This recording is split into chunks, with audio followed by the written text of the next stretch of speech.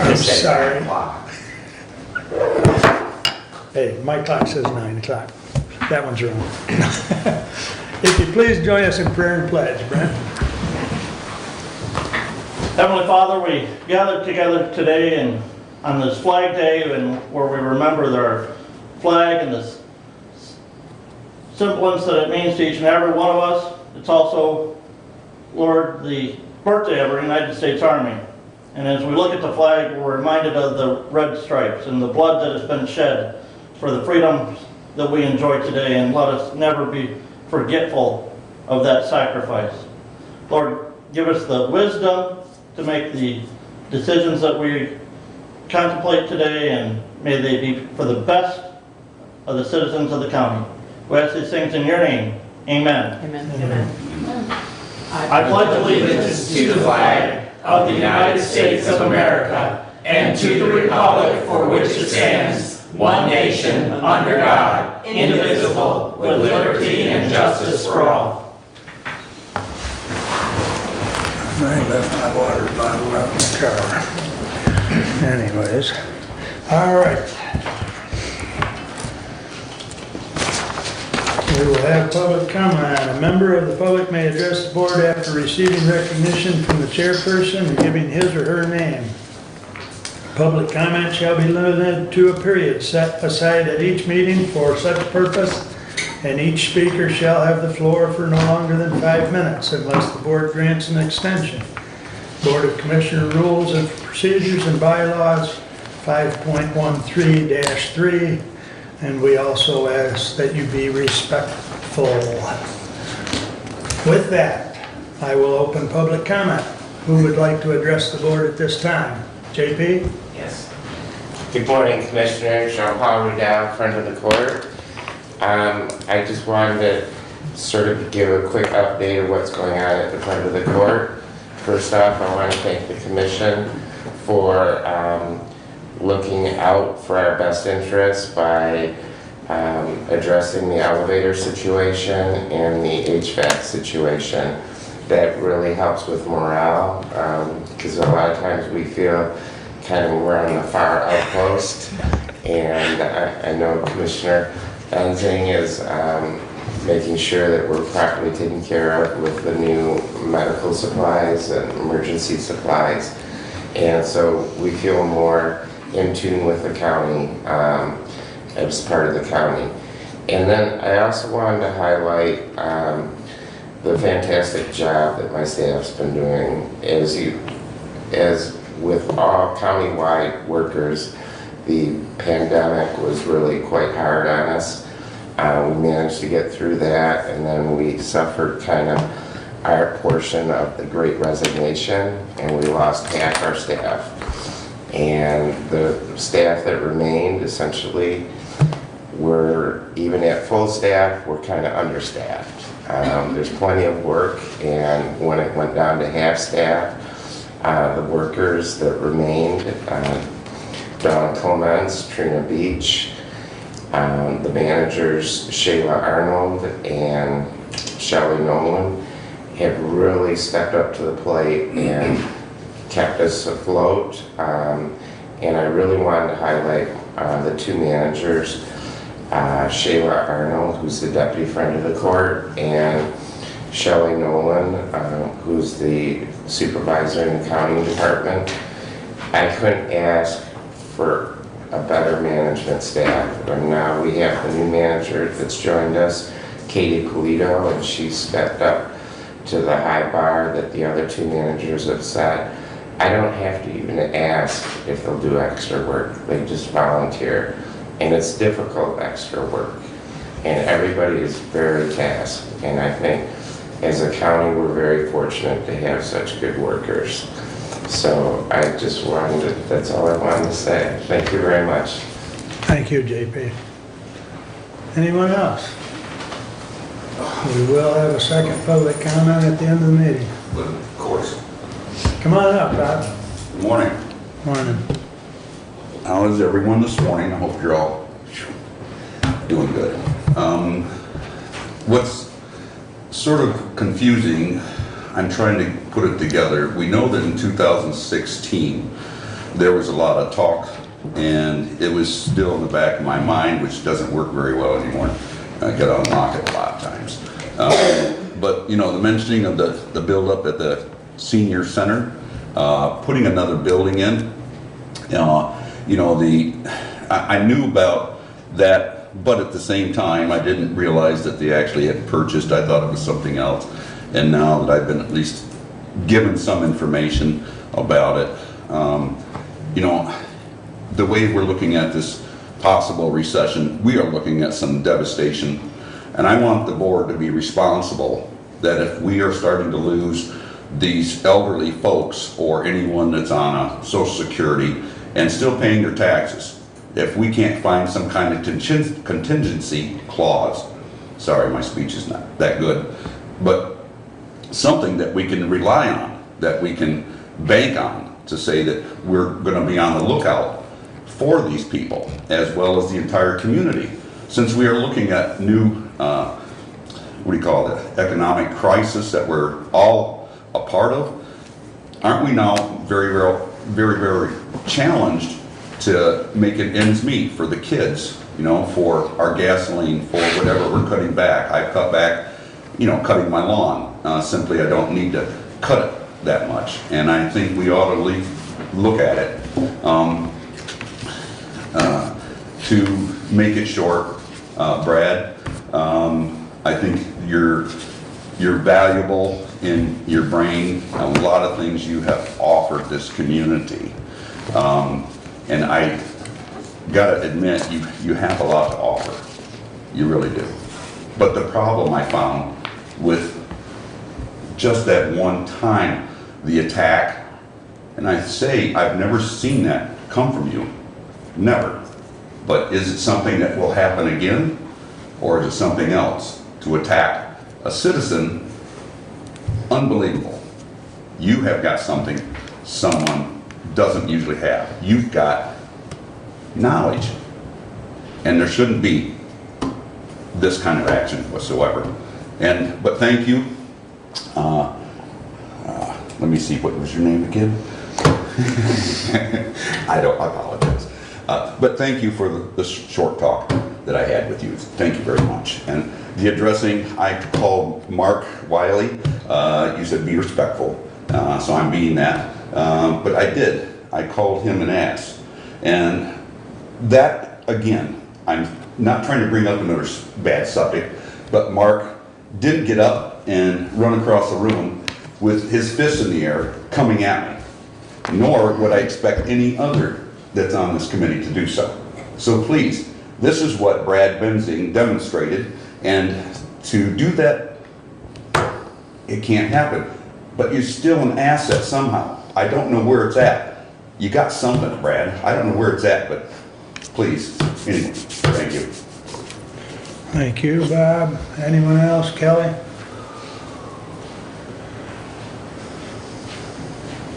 Good morning. Good morning, how are you? Warm. It's hot, it's a hot one, that's for sure. All right, so I'm Kelly Mapes, District 3, Allen, Michigan. I have been in contact, and I'm working very hard towards this. I want to bring it to the group. There are groups throughout the nation that work on goals in our community and work hand in hand with commissioners. An example could be Hillsdale County Transparency Project. What this includes, goals could be early signs of potential corruption within local government organizations, best practices for approaching any type of corruption smoothly and effectively, why accountability and transparency are integral in how technology can facilitate both. That's very important to me. Those were the three that stood out. I've been in contact with a couple groups in New York, a couple groups in Chicago. They also discuss implementing an ethics commission, but they have a key item. We've had some issues with individuals with disabilities that struggle in our meetings. We do fall under Open Meeting Acts, which mean everybody can participate one way, shape, or form, and we need to offer that. So there's a transparency portal by iCompass. It's a seamless extension of local government website that is designed with the accountability and transparency of local government in mind. Citizens can use the portal to view council meetings, agendas, and minutes. They can even view a council meeting in progress in real time, which makes access to local government convenient for shut-ins and disabled people as well as citizens. So, a lot of community members, you do video yours, but this could be interactive too. It's got an interactive piece. I just think it's something that we do need to look into. Now I'm going to speak on terms of the senior center. I just want to mention that we're looking at millage language and millage opportunities for the senior center. I'm kind of new at this, so it is a nonprofit organization. If they're capable to purchase land, then I feel as a taxpayer, why am I paying millages? I want that looked at. I don't think that we as citizens should pay millages if they have money and they have $2 million budgets with ending fund balances. So we need to team up here and look at what's good for our community and our citizens. Thank you. Thank you. Anyone else at this time? Good morning, Renee. Good morning. I'm Renee Shercliffe from the Veteran Affairs. Every year, our office, we do compensation and pension claims as well as widow's pension or dependency indemnity compensation. When a veteran passes away, the widow receives that. There are also claims written on the Ann Arbor VA and sometimes out of the Battle Creek VA. But for the most part, they come out of our office downstairs. And every year they give us GDX numbers. I don't know what GDX stands for. That just tells us the revenue we brought back into each county. And they're always a year behind. So 2021, Hillsdale County brought in $27,765,000 worth of revenue back into Hillsdale County veterans and widows, which all inevitably gets spent back into the community. So I just want to let you guys know that. That's the highest we've ever had. I think 2 years ago it was 24 million. So we're up to 27 million right now. So, any questions? No? All right. Thank you. Have a good day. Thank you, Renee. Anyone else at this time? All right, moving along. Entertain a motion to approve the consent agenda. I would like to pull 22-080 and put that underneath personnel. And then are we pulling the public defender for a correction and date? Is that what we're gonna do and put it on? I'm okay with that. Okay, yeah. I'm sorry, I didn't hear where we were putting number 22080. Underneath management and personnel.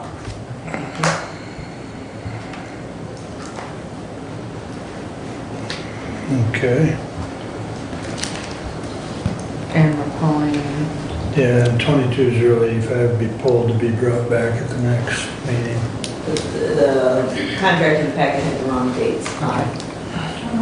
You know, and I printed that new resolution and left it on the printer.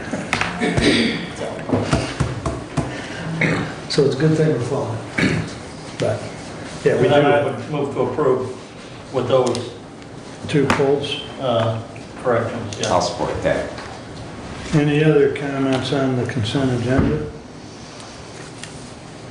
Hearing none, all those in favor with the consent agenda as amended signify by saying aye. Aye. Opposed, same sign. Correspondence is listed. Comments on correspondence?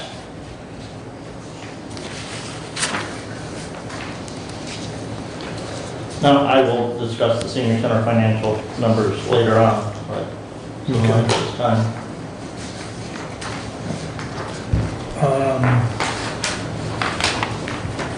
I don't think it was last meeting that Derek emailed us his report, you know, The variant, the. yeah, the variance report. Yes.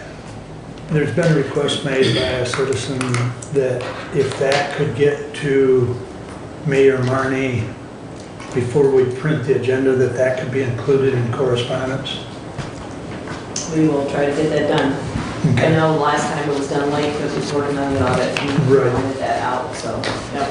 But if going forward, if Yep. we could make an effort to get that in correspondence, because that is kind of an interesting breakdown of where we're at in the year. All right. Anything else on correspondence? Hearing none. I would entertain a motion to approve the regular agenda. Well, I do believe we need to add 22086 underneath the budget, Chair, In the regular agenda, in the regular agenda, yes. 22086 under budget. Okay. And with that, you'll, And then with that addition and the bringing down to 22080, I move to approve the regular agenda as amended. thank you. Anything, any other corrections or additions to the agenda? I will just make a comment that we'll probably have some time between Rebecca's report and the hearing. We'll jump into committee reports, so to keep things moving. So with that said, all in favor of the regular agenda as amended, signify by saying aye. Aye. Opposed, same sign. All right. Rebecca, the floor is yours. All right, good morning. So you have at your place a copy of the annual report for the Branch Hillsdale St. Joseph Community Health Agency, your local health department. The 21 annual report covers the period of October 1st, 2020 through September 30th of 21. Our annual report for 21 starts with a dedication to the many volunteers that provided their talent and assistance to our efforts to provide response to COVID-19. And we really are very grateful for those efforts and the support and talents that these folks brought to us. So didn't want to not recognize those many volunteers. And you'll see in one of those photos that Representative Leininger and I were at a testing event early on in the pandemic. I'm sorry, Lloyd Hauser. I'm just elevating you, sorry. Okay, so for Board of Health members, we do have Commissioner Leininger as a Board of Health member for Hillsdale, as well as Commissioner Wiley. Our Board of Health was chaired in 21 by Commissioner Pangle from St. Joseph County, and the Vice Chair, Commissioner Matthew from Branch County. And the agency's administrative staff is there. Also, we had a retirement last year of our medical director, Dr. Vogel, and we now have Dr. Lucarello, who is from Hillsdale, as our medical director, and pleased to have her as a part of our organization. The organizational chart is provided there for your information. I always provide a letter to the community in the annual report that talks about the highlights of fiscal year. The financial information is there for 2021 on expenditures and revenue. We also bring into our annual report information about public health dental services. We have an agreement with My Community Dental Centers to provide public health dental services to our 3-county area. In Hillsdale County, we have a dental center that's in the lower level of the health department building, and has unfortunately been closed for about a year now due to the lack of a dentist in that facility. MCDC is hard at work bringing a dentist on. We have used or put together through the community a collaborative incentive package to attract a dentist to Hillsdale County. And we do have one that should be coming for a visit soon. They had originally been scheduled, but were unable to come due to a medical issue. So anyway, we are hoping to have that dental center open in the next few months with a new dentist. In the meantime, individuals from Hillsdale County can receive public health dental services at our center in Coldwater or the other centers that we also operate in Sturgis and in Three Rivers. There are some data stats on page 8 if you're interested in reviewing those. And then we get into some of our programs In our clinical services department, one of our primary programs is WIC, Women, Infants, and Children. It's a supplemental nutrition program that supports pregnant women and children up to age 5. Also in our clinical services, we have Children's Special Health Care. This is a program that is not income-based. It is for all children that qualify based on a diagnosis. And we have quite a number of individuals that are on that program, and we have 2 nurses that case manage, and some clerical staff that helps to provide support. Our communicable disease information is on page 11, and a highlight here, of course, is the COVID-19 communicable disease counts that you'll see there, but also we had an increase over the past year in chlamydia and gonorrhea, syphilis cases. And this is something that we're quite concerned about, and are trying to message on and encourage people to seek treatment early so that they can, or actually seek testing early so that they can get treatment if they need it, to try and stop further spread of those. Immunizations are provided there. Of course, we provided a very large number of immunizations in 21 due to all of the immunizations that we did for COVID.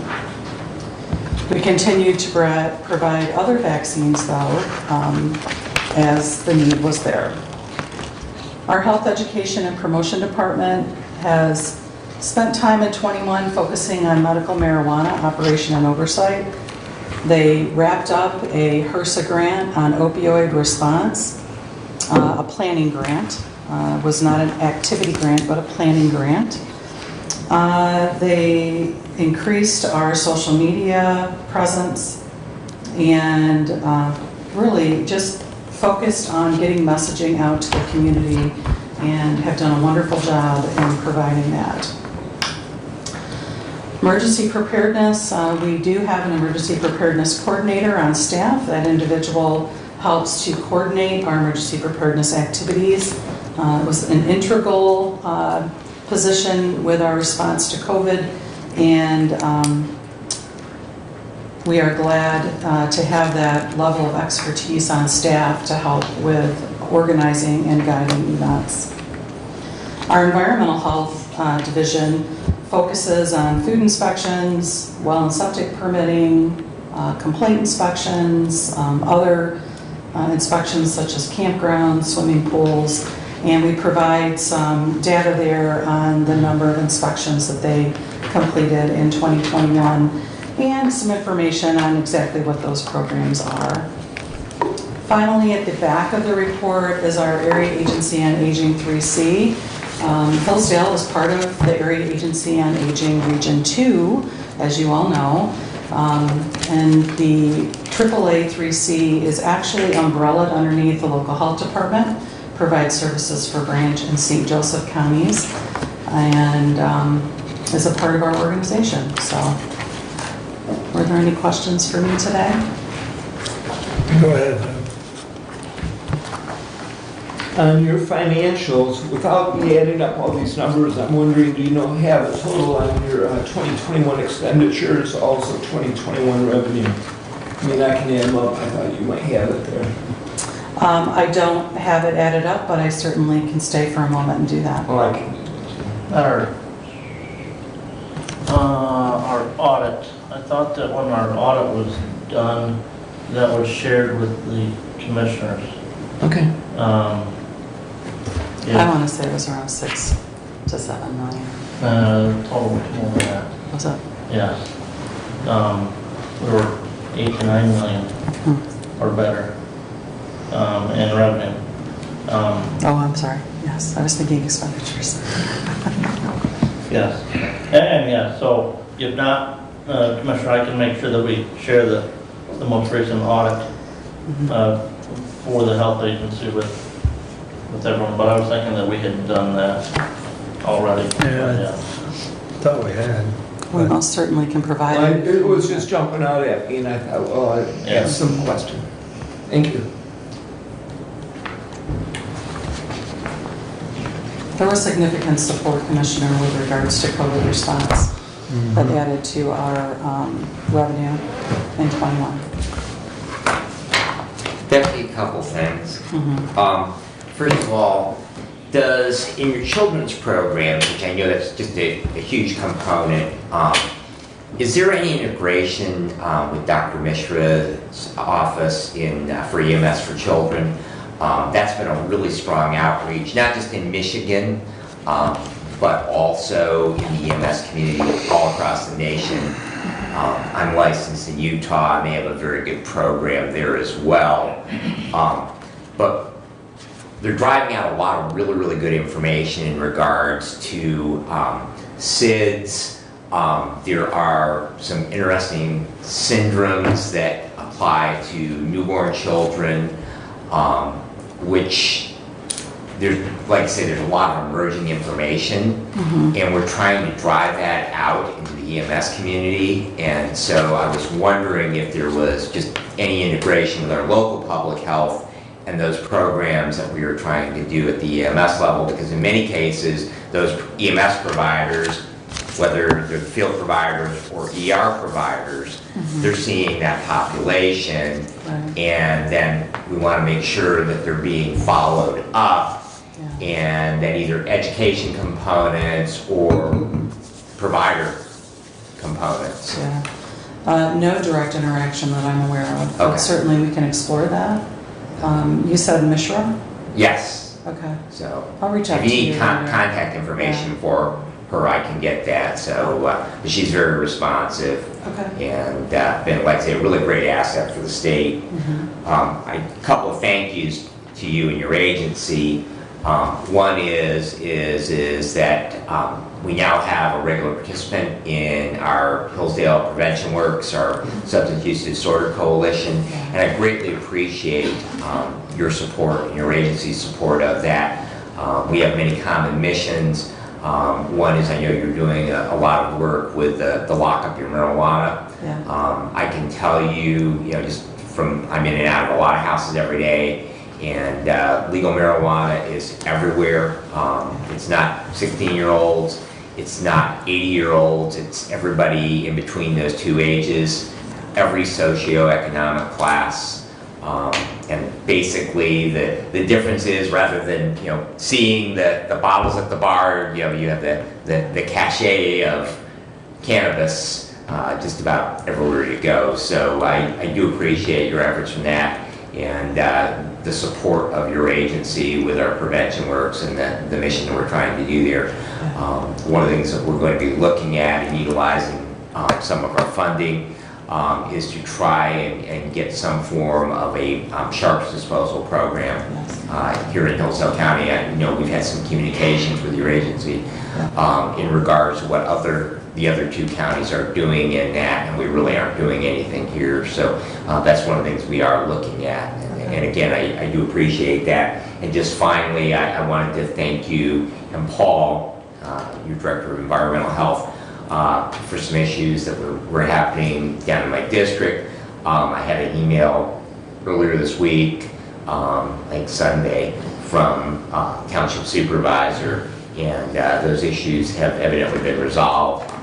So just, that counseling approach rather than a punitive approach, and I greatly appreciate that. It looks like that he was appreciative of the efforts of your agency, and I wanted to pass that along, so thank you. Thank you, and I'll pass that along to Paul. Any other questions or comments? Rebecca, the letter that was in our packet that had a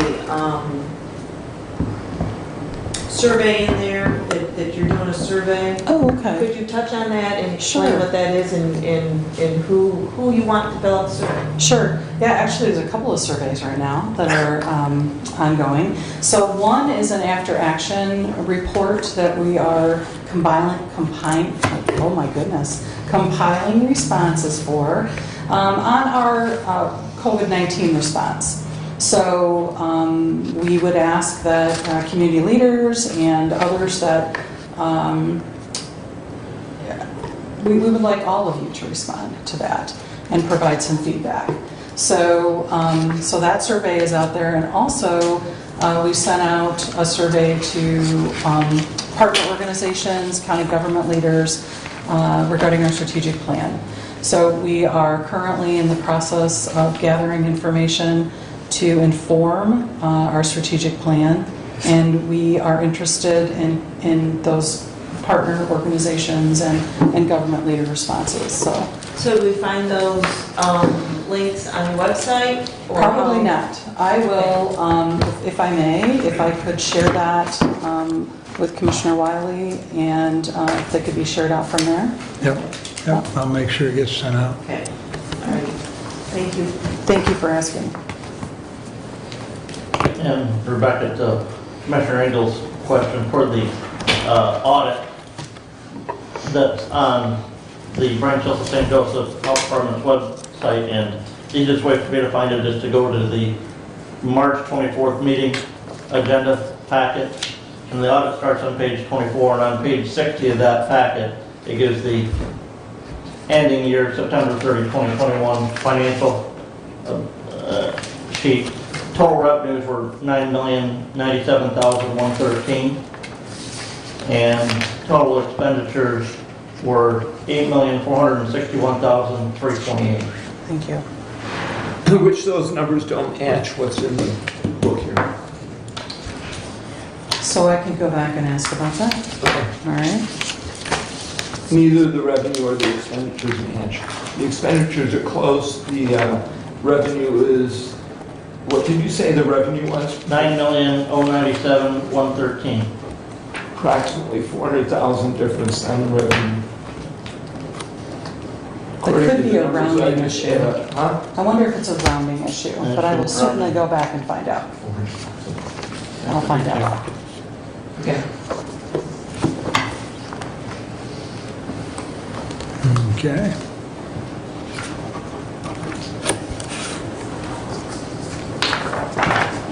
Anything else? I guess I would echo part of Brad's comment about the environmental health. I can't say enough good about Paul responding to things, as well as James here in Hillsdale County. You know, we've had at least one incident with a well situation down in Montgomery Village, and I know Brad's had, you know, an incident or a situation, and Paul and James have responded very timely. Excellent. So Yeah. that's worth a lot, Yeah. you know. So, and I know there's been others over the years where, you know, Paul has been responsive and so has James. So we greatly appreciate that. Yeah. So, I will pass that along. yeah. Any other closing comments from the commissioners? Thank All you so right. much. Thank you. All right. We have about 25 minutes to start working on committee reports before we get into the public hearing.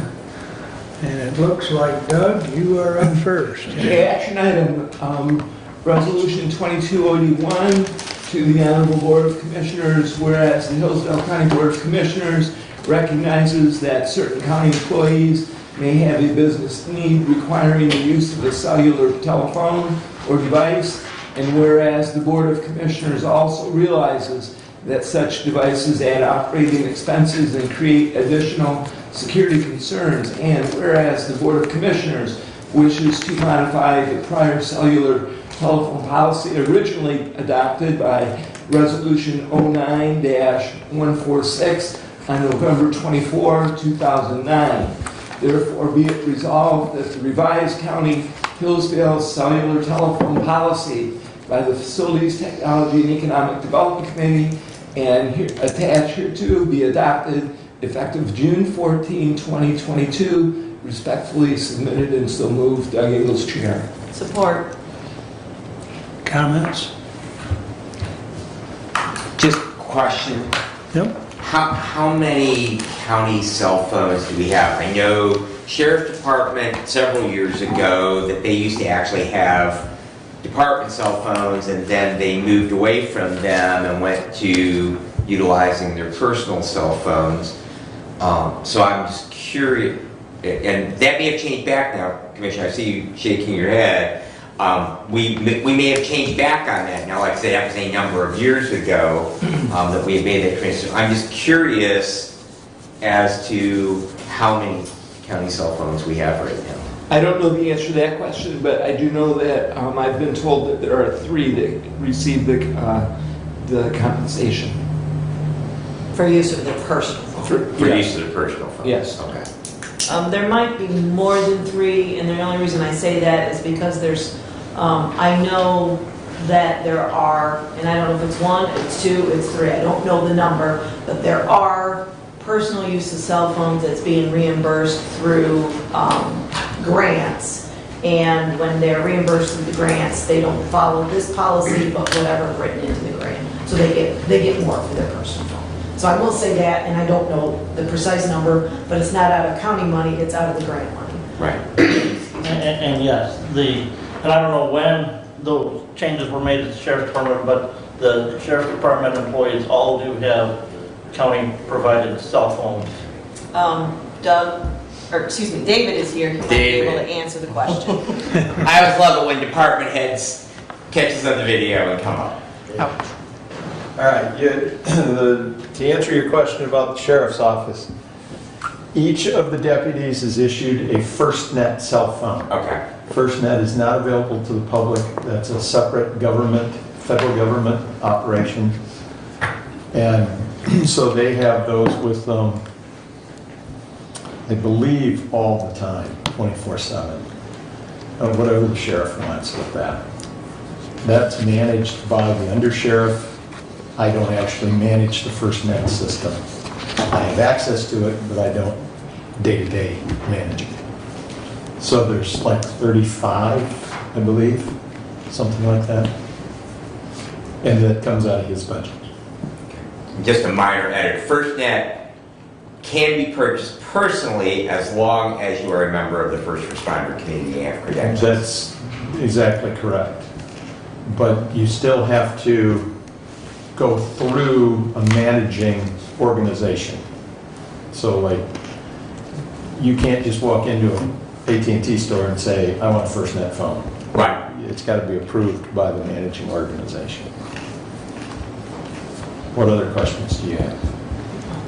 David, just one of my personal, and just as part of this, as far our policy is just one of my personal things that I note is people that to charge their phones, they grab a USB charger and plug it into a USB port in their computer, and of course that then compromises the network. Just out of curiosity, do we, as an alternative to our employees plugging their cell phones into the PCs at their desks, do we do anything to encourage them to use wall chargers, charger strips? We don't have a formal policy on that, or a IT rule, I should I say. thought there was language in this policy that forbid plugging an unauthorized device into a county. That is correct. Because, like I say, that's We don't- just, I've seen that on way too many, We don't see very many of that happening in our logs here. Most people, because they have their cell phone charger with them, plug it in themselves. So it has not been an issue so far. It's rare. Do you know how many county-provided cell phones we have right now that are underneath, that you, not the sheriff department, but all the other ones? I believe we're at 12, 10 or 12. It's not a big number. It's not a big number.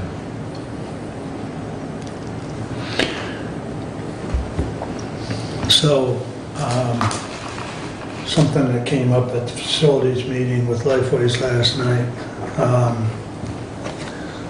bears mentioning on this because it's talking about cell phones. and there was a situation that required the employee to call 911 because of a client needed medical attention. They used their personal cell phone. Their personal cell phone wasn't recognized by 911, and so, quite frankly, they had trouble initially getting the proper location. Lifeways actually does have a policy that you use your landline if there's an emergency within the building to call 911. And there's another reason for that, because actually at Lifeways, there's an alert system that alerts other departments within the building once 911 is dialed off of a landline. So, you know, there's a mechanism to help with emergencies as long as the landline's used. But I guess my point is I don't see it addressed in here, but it's something that we need to be aware of. Cell phones are not perfect when it comes to calling 911 as far as being able to locate exactly where you're at. It's getting better, but it's still problematic as far as the way it bounces off towers. It has to do with triangulation for the towers. And Yep. if it can't triangulate it, it can't tell them where you are. So I guess my message to everybody is we need to make sure that we use landlines if there's an emergency within one of the buildings, so. And you don't, it's my understanding, David, that with any of our phones on our system, you can just dial 911. You don't have to dial. Correct. For outside, That yeah. was my question. Yeah, yeah. Because that actually was a universal problem in phone systems. You had to dial to get an outside line. And so that was actually addressed and changed. And so When we converted the desk phones back in 18 to the current system, the dial 8 for an outside line to get to 911 went away. The phone system is now smart enough. But the cell phones that we get through my office all directly go 911. In fact, even if the phone is locked, you can still call 911. in fact, you don't even, as long as it's charged. Can you use the 8 too? Just, you know, your habit of doing No. 8, you can't. If you, from the desk phones, yes. If you put an 8 in front of it, it ignores the 8 and just dials to 911. Yeah, any cell phone, as long as it is charged, regardless if it's on a network or not, it will dial 911. So it's one of the reasons why the donations to domestic violence shelters of unwanted cell phones, because as long as they will meet current compliance. So We've actually had some phones that we've tried to recycle with one of the companies be rejected because they're too old to Right. handle Right. the emergency notification aspect of it. Yeah, they won't take my old flip phone. Because it won't do the 911. If it'll do the 911, they'll take the flip Right, phone. There's a right. lot of people still buying flip phones. Yeah. Well, mine was 3G, so 3G is pretty much Nope, gone. Nope. All right, any other discussion on the, or any other questions for David? Thank you, Dave. All in favor of Resolution 22-081, signify by saying aye. Aye. Opposed, same sign. Resolution passes. Please continue, Doug. We had a Zoom kickoff meeting with National Center for State Court last week. Stakeholders were defined as circuit court, district court, probate court, juvenile court, county clerk, district court clerk, probation and parole, prosecuting attorney, sheriff, county administration, county facilities, county IT. The stakeholders are primarily in the main courthouse and the annex building. The stakeholders will be receiving a survey as part of the timeline, which was described in their project schedule. Under data collection and court operations survey, those surveys will be going out this week or early next week. with a return date of July 7, and then the process will continue. Final report is due estimated in week 22 to 24 of the cycle, which puts it in November, December range. So the NCSC process has begun. We had a Zoom with Judge Lisney, myself, Nathan Hall, and David is a tech guy. I can't remember his last name. Oh, maybe I do. David Sales. And so that's moving forward in the surveys. Please encourage your department heads to complete the surveys and others so that we can get this moving in a good fashion. That's the NCSC court report. Renaissance was here with the crane last week, and they did their inspection of the exterior. Nothing of note was brought other than what had already been seen in the drones. I expect a report from Renaissance and a summary of their results this week or early next week. That completes my update for now. Any questions for Doug? I do have a question. Gary Leninger was at the Moscow Township meeting, and he mentioned out at the road commission that they have interviewed 3 in-county people for the road manager job. Do we know when they expect to make a decision? They had interviews last week. I do not know the result. The Wednesday meeting, that was brought up, and it was my understanding the interviews were to be on Thursday, and I have not heard the results since. We may hear tomorrow. Okay.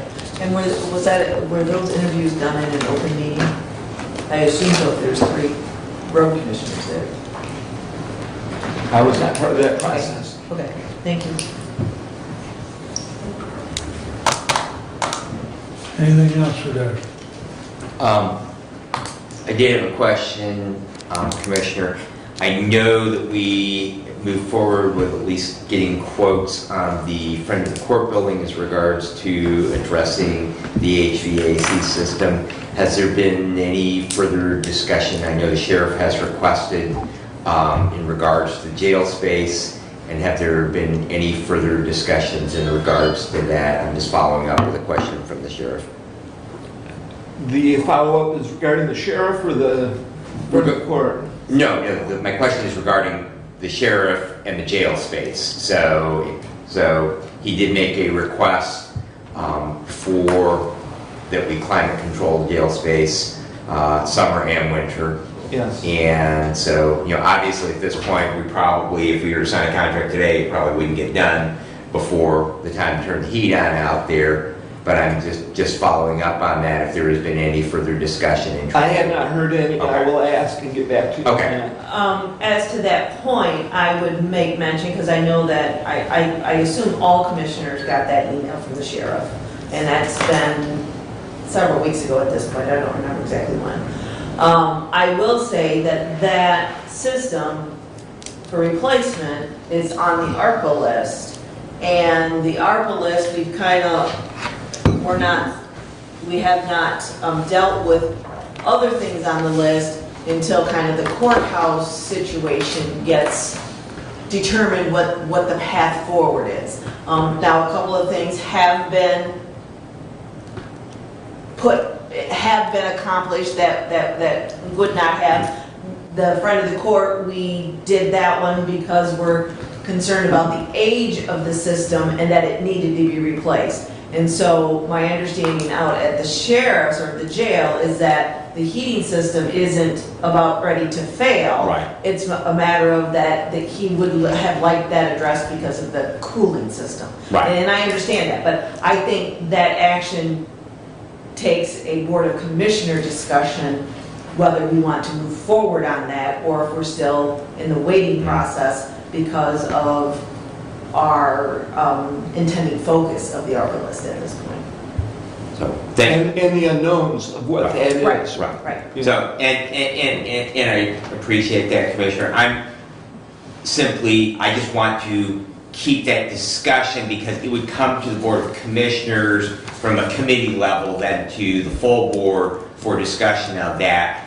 And it's more so that as we're moving towards the budgeting process, to generate a number to make that request, because we will have, traditionally we have capital equipment requests, and the discussion a year ago was that we would be looking at ARPA funds for capital, to address capital equipment project. And since we are moving toward, and that's really the only reason why I simply wanted to bring that back as a facilities question, is because as we move towards opening up that budgeting process in the relatively near future. Yes. So I just wanted to keep that question alive if that is under consideration. So good thoughts all the way around, and it you know, in no way, shape, or form saying it's got to be forgotten.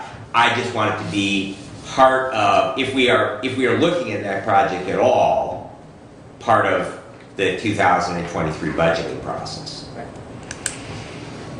Okay. Thank you. All right. Kathy, you've got about 6 minutes. Why don't you start on your report? I think we'll have to skip your first action item for the moment. Okay, then we'll go with 22086. Yep. To the Honorable Board of Commissioners, we recommend payment of the $505 to the Michigan Township Association P.O. Box 80078, Lansing, Michigan, 48908-0078 for the Hillsdale County dues for the period of July 1st, 2022 through June 30th of 2023.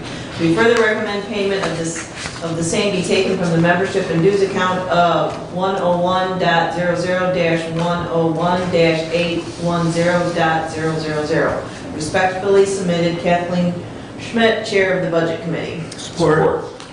That account number's not right. Count number's not right? The way the order on it is, Okay. that's not the chart accounts order. I will say that I did not see this resolution until this morning, so I'm not sure who generated it or how it got here. But I will say that this is the first I have seen it. Well, it is something we've done.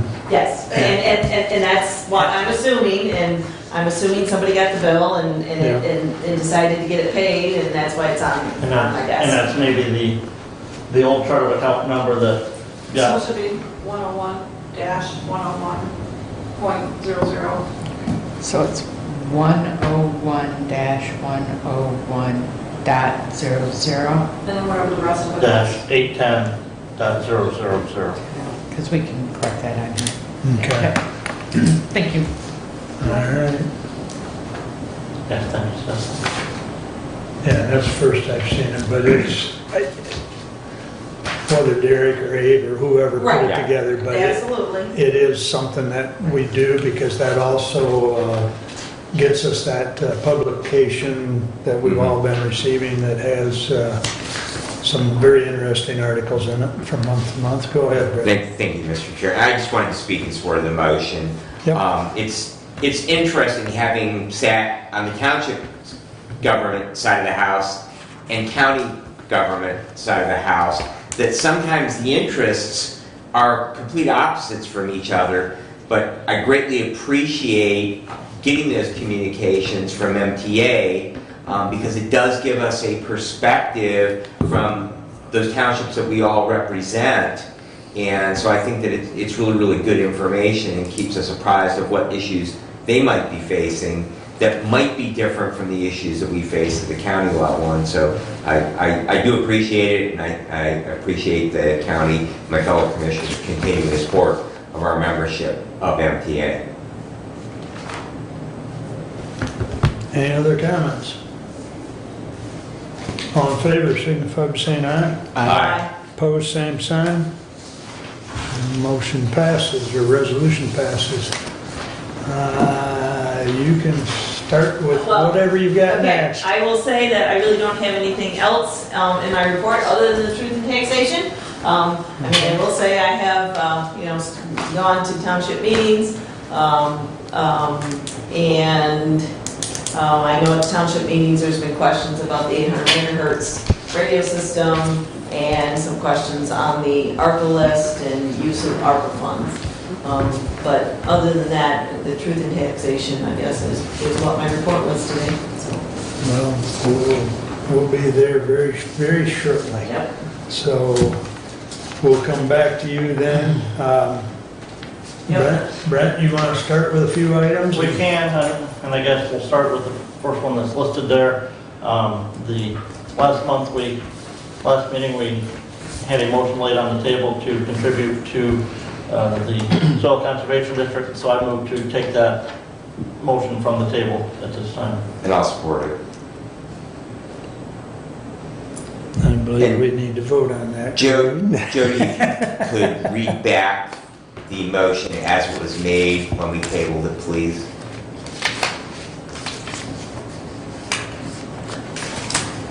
Gotta find it, hold on. I In those have it. minutes. Go ahead. For the minutes, Commissioner Leininger moved to contract with the Hillsdale County Conservation District for $1,000 and to take the funds from the contractual services account, seconded by Mr. Wiley. And I thought I had indicated the account number, so I don't have that with me this morning, but yes. Mr. Chair? Please. Well, I guess we have to vote on taking it for the table. So, Yeah. All in favor, signify by saying, all in favor, signify by saying aye. aye. Opposed, same sign. All right, we're open to discussion. Go ahead. Thank you. I would like to make a motion to amend the motion to the amount that we contribute $200 in place of the $1,000 that was in the original motion, which would be in line with what the Soil Conservation District had asked. I will support. Okay. It's not the amount, and I'll say that it's not the amount that I would like us to contribute, but it is something to help the Soil Conservation District in this effort to clean up these tires out of the county. I know I have many areas in my district where there are tires that have been dumped. I've got a neighbor that many years ago decided to build a dirt bike racetrack, and they used tires to facilitate their banking of that. So yes, and Jenny Leininger is here. She is the director of the Hillsdale County Soil Conservation District. And as we talked about last meeting, they got a $16,000 grant that's going to allow them to get 8 trailers. They can put about 1,000 tires in each trailer. And they're asking citizens to call and register, and I do believe the limit of 30 tires per resident in that registration. So I don't know, I maybe need to get my neighbor to call and register to bring 30 in. I'll offer to bring in 34 and 2. So.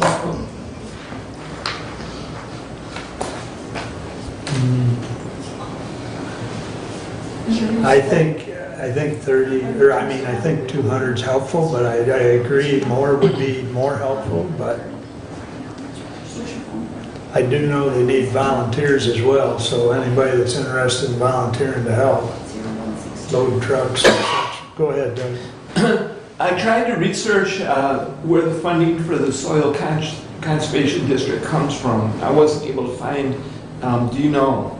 I understood it was a government agency, but I did not know where their funding was provided. The vast majority of that comes through the Michigan Department of Agriculture. Do you want me to stand? Come on up, Jenny. So our regular funding comes from NDAR, Which is? Michigan Department of of Agriculture. And then this grant for the tire collection actually comes from Eagle, which used to be DEQ for the tire collection. Jenny, do you directly get any federal monies? No, Okay, it's strictly through the state. it's through the state. And right, I mean, there may be federal money that you get, but it's directed back through the Yes. through the Right. state. Yes. Right, So federal sends it up to state, state disperses it. right. Okay.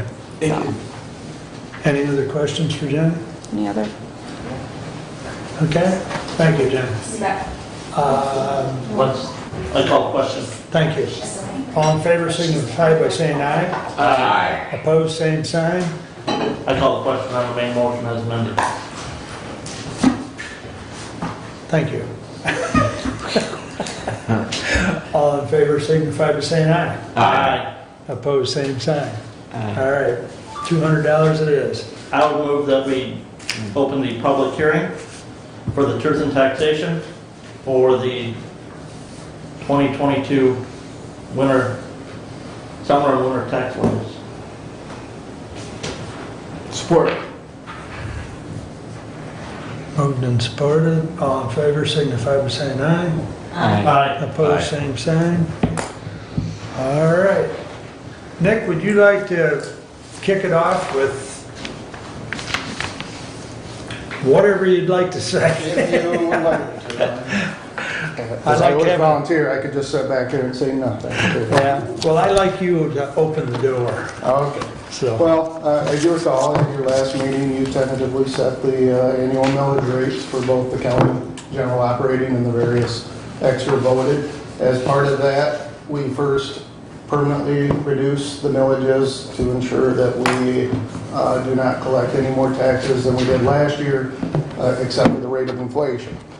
That sets forth this meeting to authorize, or the board authorize levy of the inflationary effect on the property taxes. So this year, that's 3.3%. So if you did not hold this hearing today, you would have had to further reduce your millage, both, or all of the millages under your purview to ensure that that 3.3% was not collected. So what this hearing does, just like your budget hearing in December, or I think we had it December last year, I'm not sure, as part of the process, you allow the opportunity for the public to weigh in on this subject and just talk about what they believe you as a board should levy. So I guess that is, so as with the public hearing that we have, any public hearings with the budget and this, you just allow the floor to the public to address the board. very good. And I'm not sure what the process is, but I believe in the public hearing, if you want questions answered, I believe you can address back and forth between Yes. the public. So Yes. if there's anything I can answer, just holler. I will sit back quiet in the meantime. Nick, I do have a question for you. Are there some units within the county that did not have and do not have to conduct a hearing? Because I heard last night that of a unit that believed that they were not affected and that therefore they did not need to. So are there some townships or villages or any other units within the county that did not have enough growth under inflation? Well, no, I would be surprised. I mean, I'd have to look, but I mean, I've heard the question previously that, well, the cost of publication is greater than the amount that one of my villages years ago. And that is the choice you guys could have done 2 weeks ago. If you wanted to save the expense, you would have lowered your millage, approved it, and then not have it. That might be what some of them do. The law also does not require, if a unit levies less than 1 mil total, they are not subject to the requirements of the truth and tax. So if a township, let's say, they were allowed to collect 1 mil, but Headley had rolled them back to 0.70, they would not be required? That is correct. So, and there are also, as part of the Uniform Budgeting and Accounting Act, if you follow certain guidelines as part of your budget process, you can avoid the truth and taxation because you're having the hearing all as part of your budget process. But as part of that, you would have to include what your estimated or actual, you know it at the time, what your levy is. So there are various methods to avoid having to expense the cost of a hearing. But in general, most of the townships, probably about half of them, are not subject just merely because they levy the 1 mil that was allocated to them years ago, and that has been reduced by Headley down to, like you say, 6 tenths, 7 tenths, 8 tenths of a mil. So. okay. Thank you. That's very informative. Doug, go ahead. Nick, I have another question. You mentioned that 3.3% is the inflation rate. Was that from last year? Because current inflation. Yeah. So next year we'll be dealing with what this year's. Yeah, I mean, I hate to address the future, but right now the future is we have never tested the 5% proposal rate cap inflation at for property tax purposes. But I'm here to tell you, especially based on Friday's numbers, I don't see, it's probably gonna be 7 or 8%, but we will be capped at 5% next year. Okay. You know, absent legislative intervention, obviously, so. Okay. Okay. I just wanted to say that in 2021, the allocated and voted millages that were levied was 7.9432. Without the hearing today, what we would be allowed to levy would be 7.5884. With this hearing, we will levy 7.9007. So Can you read that one more time? I'm sorry. all of them. Just the last one. With the hearing, what we will levy will be 7.9007. And that's the allocated and voted millage. The allocated portion is what comes to the county. The voted millages for the medical care, senior center, ambulance, and mental health. And one last point, the medical care, the bond to pay off the medical care debt is not included in this.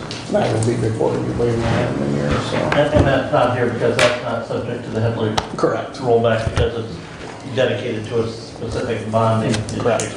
And additionally, why it's not here is because we like to bring it closer to when the payment is due so that we are closer in our estimate as to what exactly is needed. Stephanie can probably confirm that too. Yeah. Okay. All right, thank you, Nick. I also can confirm the publication did take place. It was a struggle. The paper doesn't get it the way we need it. They want to put it in the legal section, and I specifically say no legal section, and how big it has to be. They had it in the long this way instead of this way, and it delayed it a day because they screwed it up. So it did go out on Saturday. Saturday, June 4th Fourth. is what you Right. told me. And I And I had have the no, proof in your yep, mailbox. and I passed that on to Jody. The one that you gave me was for the Village of Allen. It was. When did you put it in my box? Yesterday, I got the proof of publication. Oh, probably after I'd been in, so I'll grab it and, okay. Discovered that this morning. Okay. Well, I knew there was a Post-it in my box. All right, thanks, Stephanie. All right, we're in the public hearing. Anyone from the public wish to address? Could I do it from my chair? Reasonable accommodation. I'll get it. I can barely walk. Well, if he wants to be on camera, Kelly, I've got to have him up there at the podium. I'll get up here. We got to have you on camera, Bob. That's, Can we bring well, my chair up or something? I don't, well, yeah. I talked to a couple of other folks as well, and I talked to Nick also briefly. That 3.3, the monies that we're looking at, and because of what we're going to be looking at in the very near future, if in fact it actually hits us, this inflation. So if we did go down to, a 2.7, it's not going to hinder us that great. But using a contingency, I think, what was the name of that? I call it contingency, and they call it what fund that would be helpful? Rainy day fund. So where is that located in you guys? Is that general funding? Or is that saying that it is a rainy day fund? I don't know, but I would like to see where that is so that if we do have, a great issue coming up, and I think we are going to have one, that we need to make sure we're going to take care of the citizens. And you guys are the only ones responsible to making sure that we're going to oversee the possibilities of issues that's going to come up.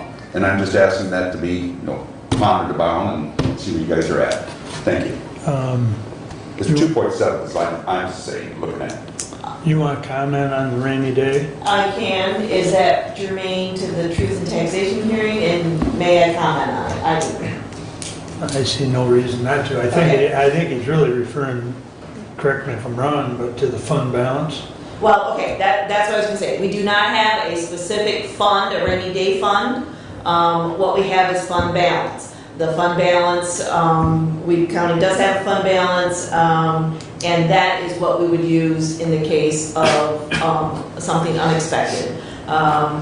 So that would be my question, my comment there. I would also say at this point with the ARPA money, because we have not committed to spending all that money, and because of the changes in the regulations with the ARPA money, that if a government unit receives less than $10 million, we consider it revenue loss.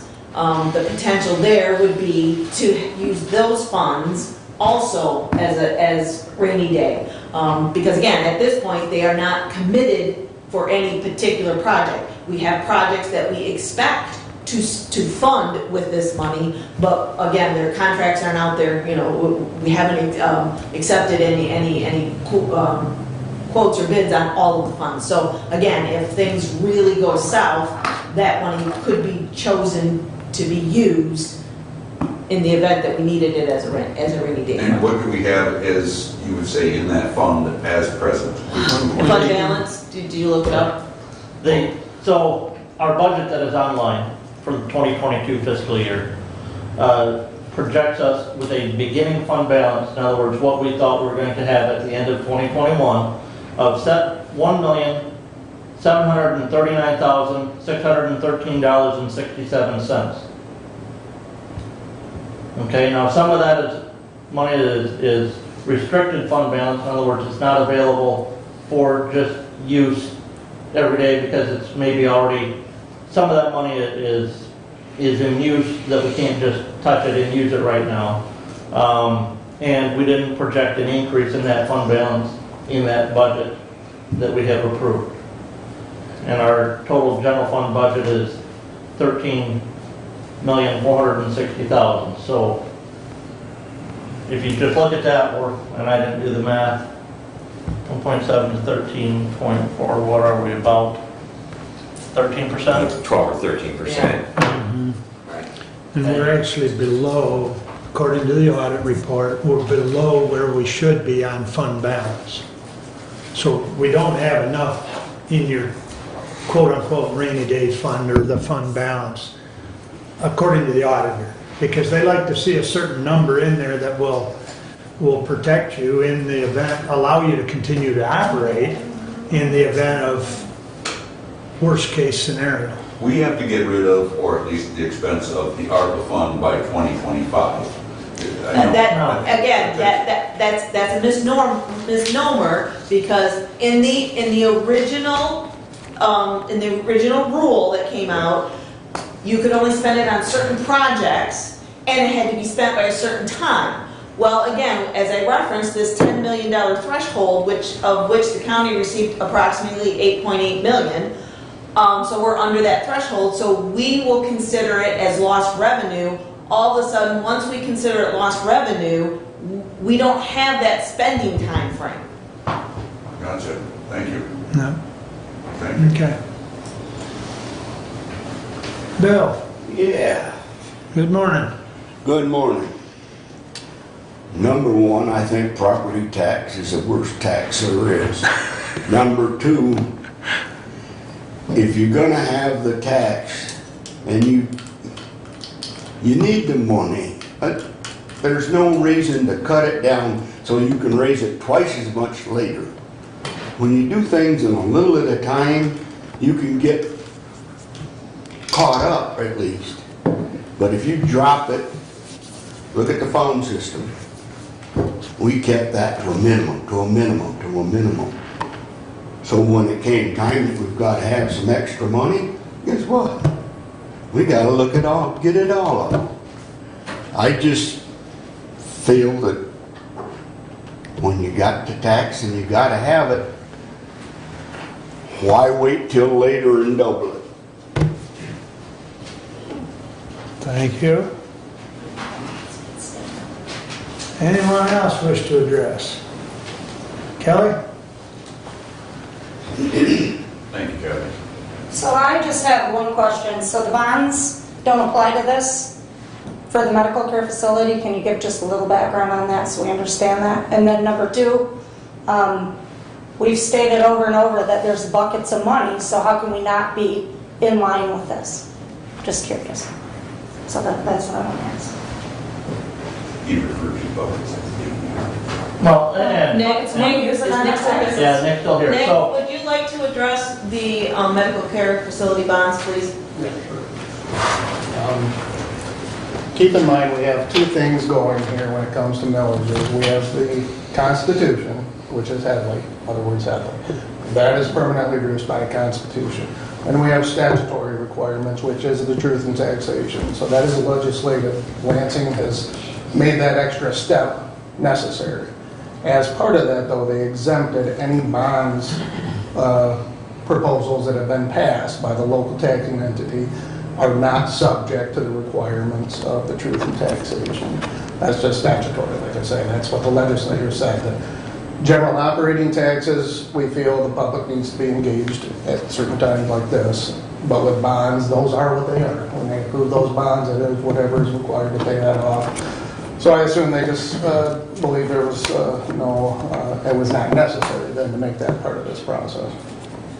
And Nick, just to clarify my understanding, we can collect no more or no less than the amount needed to satisfy the principal and interest payment. So if values go up, that we actually, the rate as applied to the total value of property would go down. That's why it can't be a hard number, because those bond payments every year they change. In some cases, the interest rate actually, depending on where you are in the process of paying that back, the interest rate may actually be different, but that we can only collect the amount required to satisfy that. Yeah, there's I believe Stephanie can probably confirm this, that there is an allowance for a certain percentage of. It's like 30 or 40%. I was thinking you could keep 50% of your annual expenditure, bond expenditure in a fund balance for that. It's like 40, 30 or 40. And yes, last year, Commissioner, on the senior center bond debt, we saw a 0.05% or 0.05 of a mil reduction in the levy in 2021 compared to what it had been previously, because that bond is getting towards the end of the final payoff. Previous year, that debt was levied at 0.4, and last year it was levied at 0.35. And maybe it's medical care facility, not senior center. That's I thought that's what point you were going to rise to. I'm sorry. Yes. Yes. I meant senior. The medical care facility, because we don't have we have bonding for the senior center. However, that is not tied to the millage. And that wasn't right. Directly voter approved bonding for that building facility. Yes. I'm sorry for that misstatement there. So the other issue, Nick, that came up, if we don't take the 3.3% increase this year and we levy the lower millage amount, next year we can't go back and gain that 3.3% back, can we? You can, you're temporary. What this is doing, if you did, say you chose not to hold this hearing and reduce your millage, that is a temporary reduction for that year. You're still allowed the millage that's permanently reduced by the Constitution the next year. So in theory, yes, next year, if you chose to reduce by 3.3% or whatever, you would merely next year, if you chose to go up to the maximum at that time, you would effectively be 2 years worth of growth at that point. And we have had units do that in the past. This board has done that in the past. And yes, you feel the effect in 1 year later than you did this year. I'm not saying that to advocate either way, that's a fact. No, but that goes along with Bill's comment of doing a little at a time instead of a lot of it. You skip one and then the next one's going to be worse. I mean, in theory. Like I said, you can choose to reduce. And there are some jurisdictions out there that have pretty much capped their own. I think the city of Litchfield comes to mind. That they levy pretty much 13 mills every year, even though their maximum is like almost 15 mills. But they, over the years, have kept that at the 13 mil rate. And then, Commissioner, do you want to talk about the pots of money?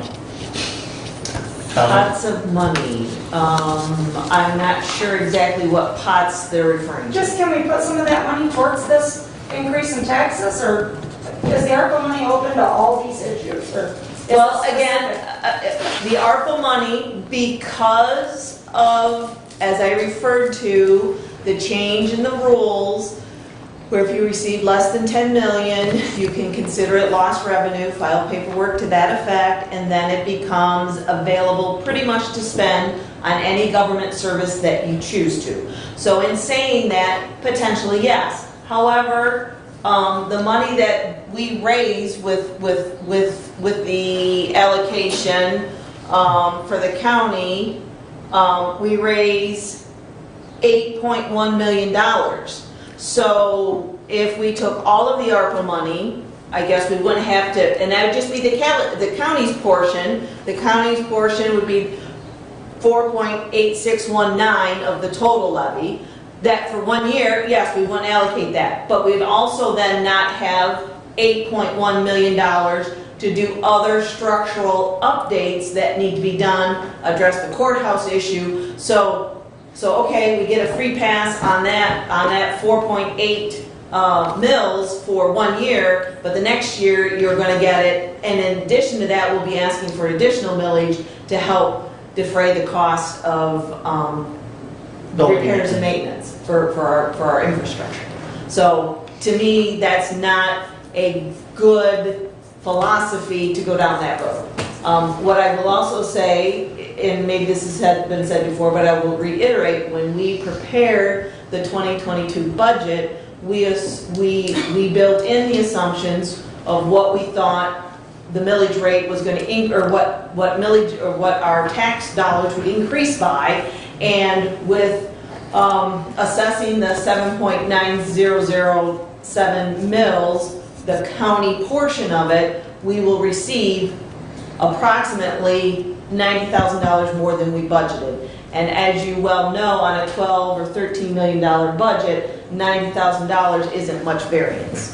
So it would not be enough, and also considering our inflation, the way cost of materials, the whole process is going, it would not be enough for me as budget chair to say, hey, we're gonna bring that millage down just a tick. So. Okay. Is it focused on today and the future that we will be looking as what we're getting, on August 2nd, if that was to pass? Is it a lot of that going to go under bond as well? That's where the focus. August 2nd is the primary, and there's 2 millage proposals on there. One is to levy up to a mill for the senior center, which combines 2 other millages that are on here, that were originally approved at half a mil, which with the Headley override, they have declined. I think one's at like 4.8 something, and the other one's at 4.9 something. 0.4907. Excuse me, yes, thanks for the correction, I appreciate that. So with that levy, the likelihood is that senior millage, if it passes, would go to a full mill. The other levy is for 800 megahertz radio system, and that levy is approximately 3/4 of a mil, 0.75, approximately. It might be a little more, a little less, I don't know exactly the number. That money, when it comes in, is specifically for the bonding of that 800 megahertz system, and so as it gets paid off, that millage would float down. But yeah, that would not be subject to the Headley. To the truth in taxation, is correct. And the senior center millage, if the voters approve it at 1 mil, the maximum that could be levied in 2023 is 1 mil. Oh, yes, I can. Okay, but then, starting in 2024, that millage would also be subject to the Headley rollback. Correction, it will be subject to rollback next year. 23. 23. Yes. Yep. So in theory, even if this is approved at 1 mil in August, you very well could see a less than 1 mil levy on the 2023 tax. So if we max out the inflation rate at 5% next year, then the amount needed would drop. Yeah, right now, assuming that millage passes, it will never see the 1 point on the tax bill. it'll be 0.9 something probably. So just clarification, all bonds are not subject to taxation? Voter approved bonds. Yeah. Thank you. Thank you for that. And this is for, if the bonds, again, the existence of going for 14 years, I think it's what it's set for? No, senior center, For the senior. that's a different, that's not a bond. No, What is it? That's just a millage for support of senior services. And that would be a 14-year voter-approved millage if the voters approve it. so is there not a time throughout that period of time, and I've never seen it, but I was trying to find from Nick, there might be some avenues. Again, once the payoff has come about, the payoff on any of the bonds, and anything that's on, being levied out, has been accomplished, is there not a way to say to the taxpayers, we're done? If it's 2 years early, it's been paid off. Can I address that? I know this guy's got a good answer for The it. medical care bond, that would be paid off in about 2 or 3 years. Once that's paid off, that will be eliminated from the tax bill. Yes, but I didn't want to find new avenues, It would have to be voter approved at that point. Yeah. Right. In other words, we can't keep assessing that millage once the bonds are paid off. It's illegal to do It's so. illegal to do so. Right. I just didn't know, that's under the bond, but even though we have to continue paying for it, do we look at the extension of those bonds? And are we gonna then say, hey, if there's something else, we're gonna The pass comments, the law? I think, I would say that where you have found that happen at is in school districts.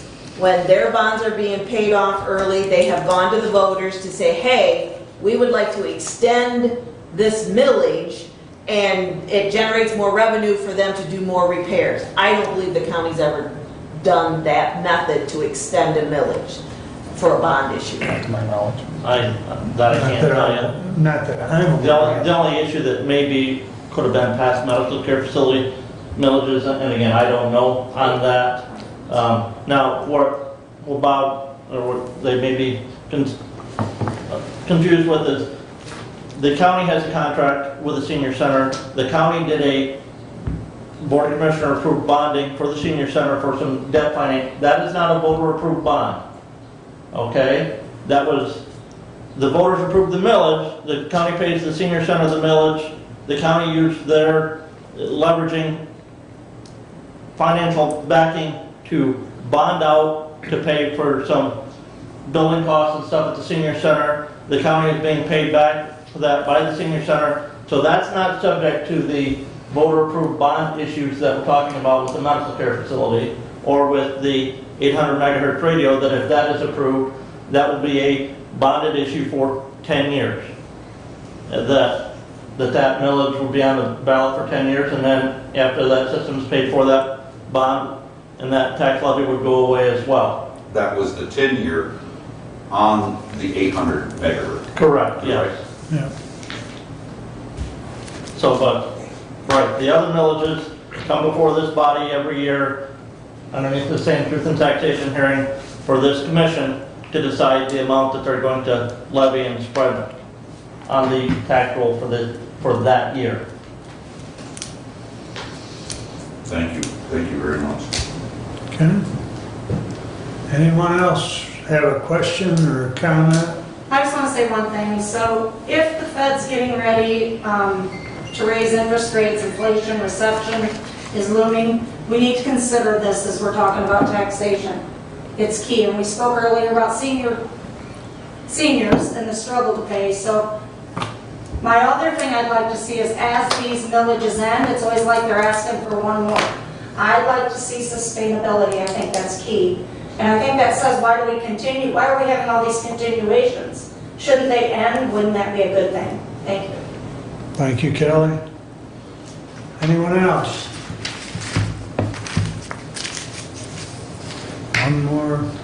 One more chance before we close the hearing. I'm just saying that, I'm hoping that all of you will definitely, whatever's coming up, will look at what's gonna happen. If, contingency clause, you said the funding was there possibly, sitting there, that we may help out. I don't know where the I don't want to use the ARPA. I didn't like ARPA, but it's there. And yet, we're going to make improvements. We've done that infrastructure-wise. And then we're going to be taxed again. And so we're going to be paying it back. No matter how we look at it, it's going to come back to us and we're going to be, flipping out. I just don't think it's, I don't know. You folks are supposed to make the decisions. And we have to sit back and kind of watch how you guys end up with it. And then with me, I'll come back and give you hell. Honesty is good, Bob. Thank you, Bob. Any other comments?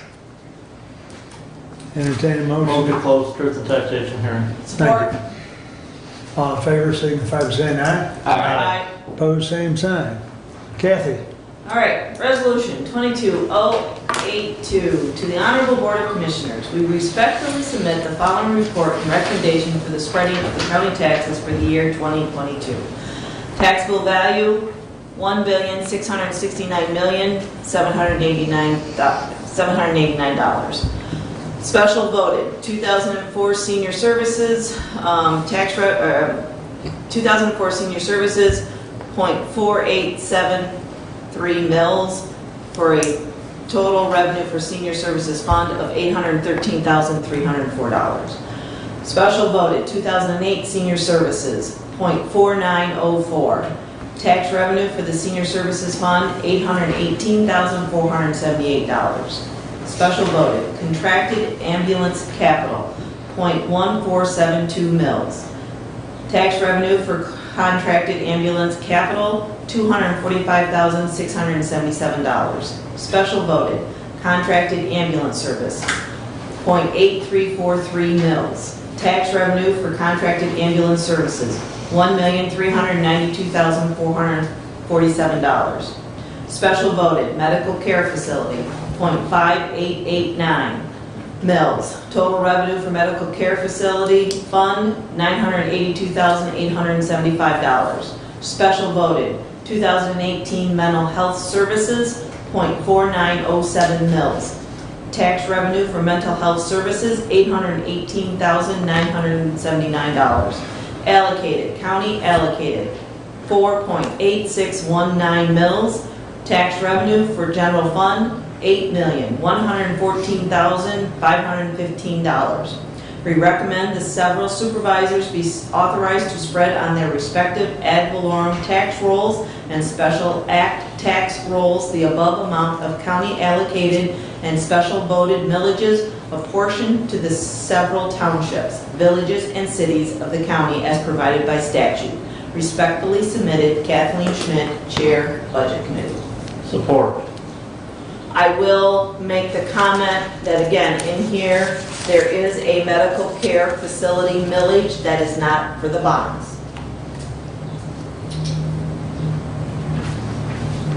I believe that's an operational one. Yep, thank you, Steph.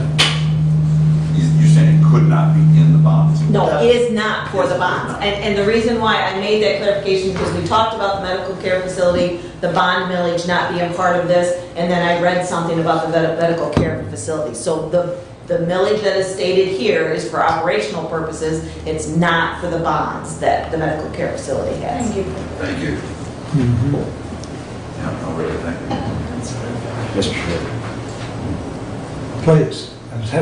Question for Nick. Nick, these will appear, all of these will appear on the November tax bills, or is the county millage collected in the summer tax bill? Yeah, the county allocated by law is to be on the summer tax bill, so as we print those in the next few weeks, those will appear July 1st when people receive their tax bills. The other voted ones do not appear until the December 1st tax bill. So my follow-up question to that, because we do have some issues on ballot, even though it won't affect, could we approve today, because you have to print the tax bills, the county portion, could we approve spreading that today and leave the remaining voted millages for ambulance, senior center, medical care operating? Could we then leave those till after the August primary, or do we have to do all of these The only together? way you could do that is if you reduce. The law requires you the hearing is subject to all of the millages under the county umbrella. So, and the law then further requires, once you hold the truth in taxation, you must set those millage rates within 6 days of the public hearing. So if you did not set those other millages, you would effectively have to hold this hearing again Okay. at some point. And then have the costs incurred along with that publication and so, and staff time and all that. So thank you. That just helps me understand, because it was my understanding that back when we changed, we had the revenue sharing replacement, we collected 2 years of property taxes in 1 year. We moved to collecting the county portion in the summer rather than the winter. That's why we never had this meeting until October. Right. And when that happened, and the legislators did not make any allowance for that change as far as truth in taxation. Correct me if I'm wrong, but the only other millage, I mean, there are 2 millage issues that are on the August ballot, but one of those is not to be until the 2023 tax year. Correct. So the only other millage issues that we would have to decide to levy would be the 800 megahertz millage that could be. And that again is a voter approved bonded debt, so that would not be subject to a truth in taxation hearing, right? And I only bring those points up because it's not just for our information, but for those in the galley and also on the YouTube videos. Thank you. If I may, I'm not gonna, I apologize. All I want to know is if this could be possibly delayed, because we are looking at whatever the feds are coming up with, this new interest. If in fact that comes up, we could get hit pretty hard in that direction. So could we not? I allow your comment, Rob, kind of out of order, but I just want to point out what Nick just said. We have to act on this within 60 days. Six, excuse me. Of that 6. publication. So, you know, we'd have to rehold the hearing and, you know, I appreciate your thought, but we're bound by statute on certain timelines, so. I was just thinking you'd be more concerning about how that actually would turn out for the citizens, and if you did it for 6 days, I think you would only be specifically, you know, looking at one, not all the entire basket. Thank you. Yep. Any further comments on the resolution? Roll call, Jody? Commissioner Leininger. Yes. Commissioner Ingalls. Yes. Commissioner Schmidt. Yes. Commissioner Wiley. Yes. Commissioner Benzing. Yes. Passes 5-0. Did you have anything else, Kathy? No. Okay. Brent, we're back to you. sir. Okay. I do believe all of you got an email last week from Laura Miller at the the county staff at the MSU Extension Office, dealing with the 4-H extension agent posting. That posting with MSU is supposed to close today. And as of that email last week, there were no applications received yet for that position. So, remember, end of March, Mike Crafts abruptly resigned from his position as the Hillsdale County 4-H Extension Educator.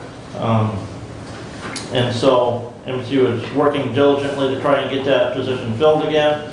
And I still can't remember her name, but is there somebody coming over from Lenawee County making sure that 4-H programs continue to operate here within the county?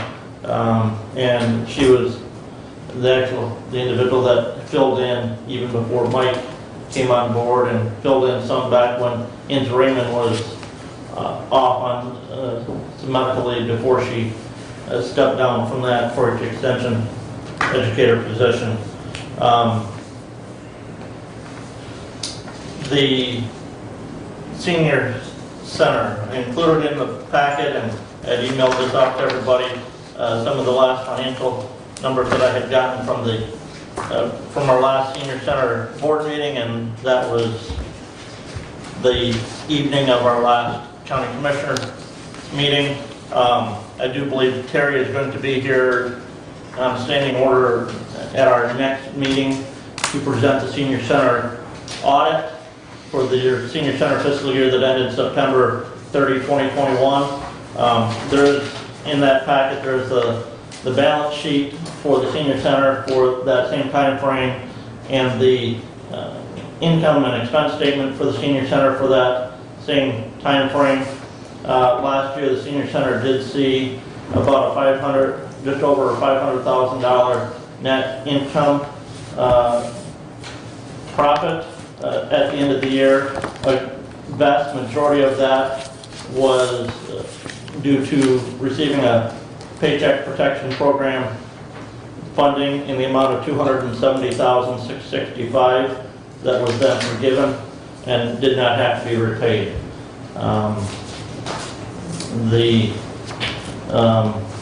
I've been working with the one thing I didn't catch even at that meeting, or until I was actually doing some numbers on the county millages, the budget that was approved is going to need to be corrected by the senior center, and we will meet again in 2 weeks on the 28th.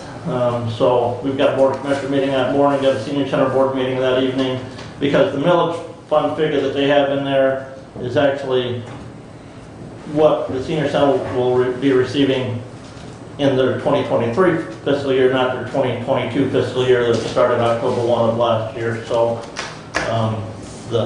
I've been working with the finance director there at the senior center.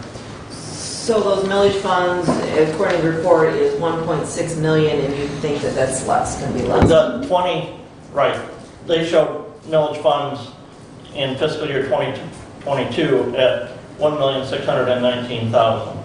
Well, so the county received the 2021 millage in January, starting maybe in December through March of this year. Those are the funds that are paid to the senior center in the 2022 fiscal year for the senior center. And so those funds are not 1.6 million. I'm not sure they're going to be just under 1.5 million if I did my math correct, based on the 2021 allocations. So 2022 is going to be approximately that 1.62, or 2023 funding for the senior center from millages is going to be approximately that 1,619,000, based on the taxable values and tax rates that we set today. But that's less the capture. Right, less the capture for TIFA's DDA, which is about 2.5%. right. Yeah. So, and then, even that taxable value that we looked at today, that could be reduced yet a little bit based on veterans exemptions, hardship exemption, so which will affect that senior center. There was a comment made earlier about senior center real estate. Remember that, and I forget, I think the first millage was passed in 2004 for the first bonding issue that was done in 2005 for the senior center. At that point in time, Hillsdale County took an ownership interest in the senior center property and leased back to the senior center that property for them to operate and conduct senior services at that. And as part of that lease agreement, when all those bonds are paid off, which the last bond, I do believe, for the senior center is due to be paid off in 2025, then once that bond is paid off, then the senior center, the county will do a quick claim deed, deeding that real estate interest of the senior center property back to the senior center. The county took that ownership interest kind of as a guarantee for the taxes that we were going to be collected to pay off that bond that the county took out for the senior center. The senior center was also approached by a neighboring property owner here recently and offered the opportunity to buy some adjoining property. That is in the negotiation process, and nothing has been finished on that as of yet. So, and that is the last that I have. I do not have Terry on for the 28th, but I sent Marnie a text to see if Okay, because she was talking at the last senior center meeting that she was coming on the 28th to present the audit. Because the only standing order I've got right now for the 28th is Sue Smith to come to us from EDP. But she may have talked to Marnie and not to me about it, but we do have room to have her on, because we only have the one standing order at this point, so. Almost, that was what we were told at our last senior center. I'll follow up on that, Brent. So, any questions for Brent? As in regard to the 19.2 acres, they have a purchase agreement or they don't have a purchase agreement? The last I knew, there wasn't a purchase agreement signed. There was a counteroffer made. My understanding is that the property owner has accepted that counteroffer, but I don't know if there's been an actual purchase agreement signed. And because there's some other contingencies dealing with that property split that are going to happen in regards to that, so. Okay. Very good, thank you. Chad, up to you. All righty, thank you very much. We'll start out with my action item, Resolution 22083. To the Honorable Board of Commissioners, whereas approval is needed for the creation of a Community Corrections Advisory Board, a CCAB, whereas said approval will allow for the Circuit Court to begin the process of creating a County Comprehensive Community Corrections Plan, known as the Plan and Grant Application. And whereas the Plan and Grant Application will be submitted to the Board of Commissioners for approval prior to submission to the Michigan Department of Corrections, the MDOC. Now therefore be resolved that the Hillsdale County Board of Commissioners approves the creation of a CCAB so that the Circuit Court may begin the process of creating a plan and grant application for submission to the Michigan Department of Corrections. And I would move for adoption. Support.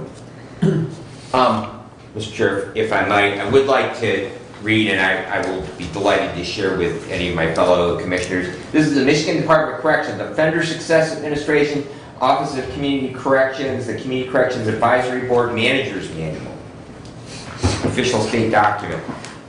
Just so you understand what this Community Corrections Board will be comprised of, Judge Lizzie spoke to us a few weeks ago about moving forward with this idea. Membership and appointment of boards. A county advisory board, a regional advisory board, a city-county advisory board, or a city advisory board consists of the following.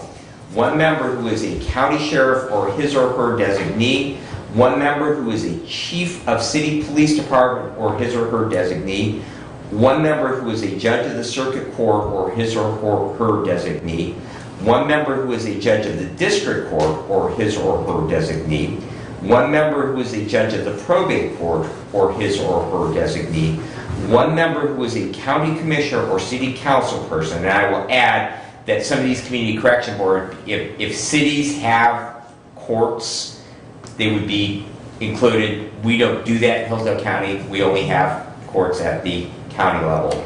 So one member who is a county commissioner or city council person for a regional advisory board or a city-county advisory board, one county commissioner or council person from each participating city and county shall serve as a member. At least one and not more than 3 members selected from the following service areas: mental health, public health, substance abuse, employment and training, or community alternative programs.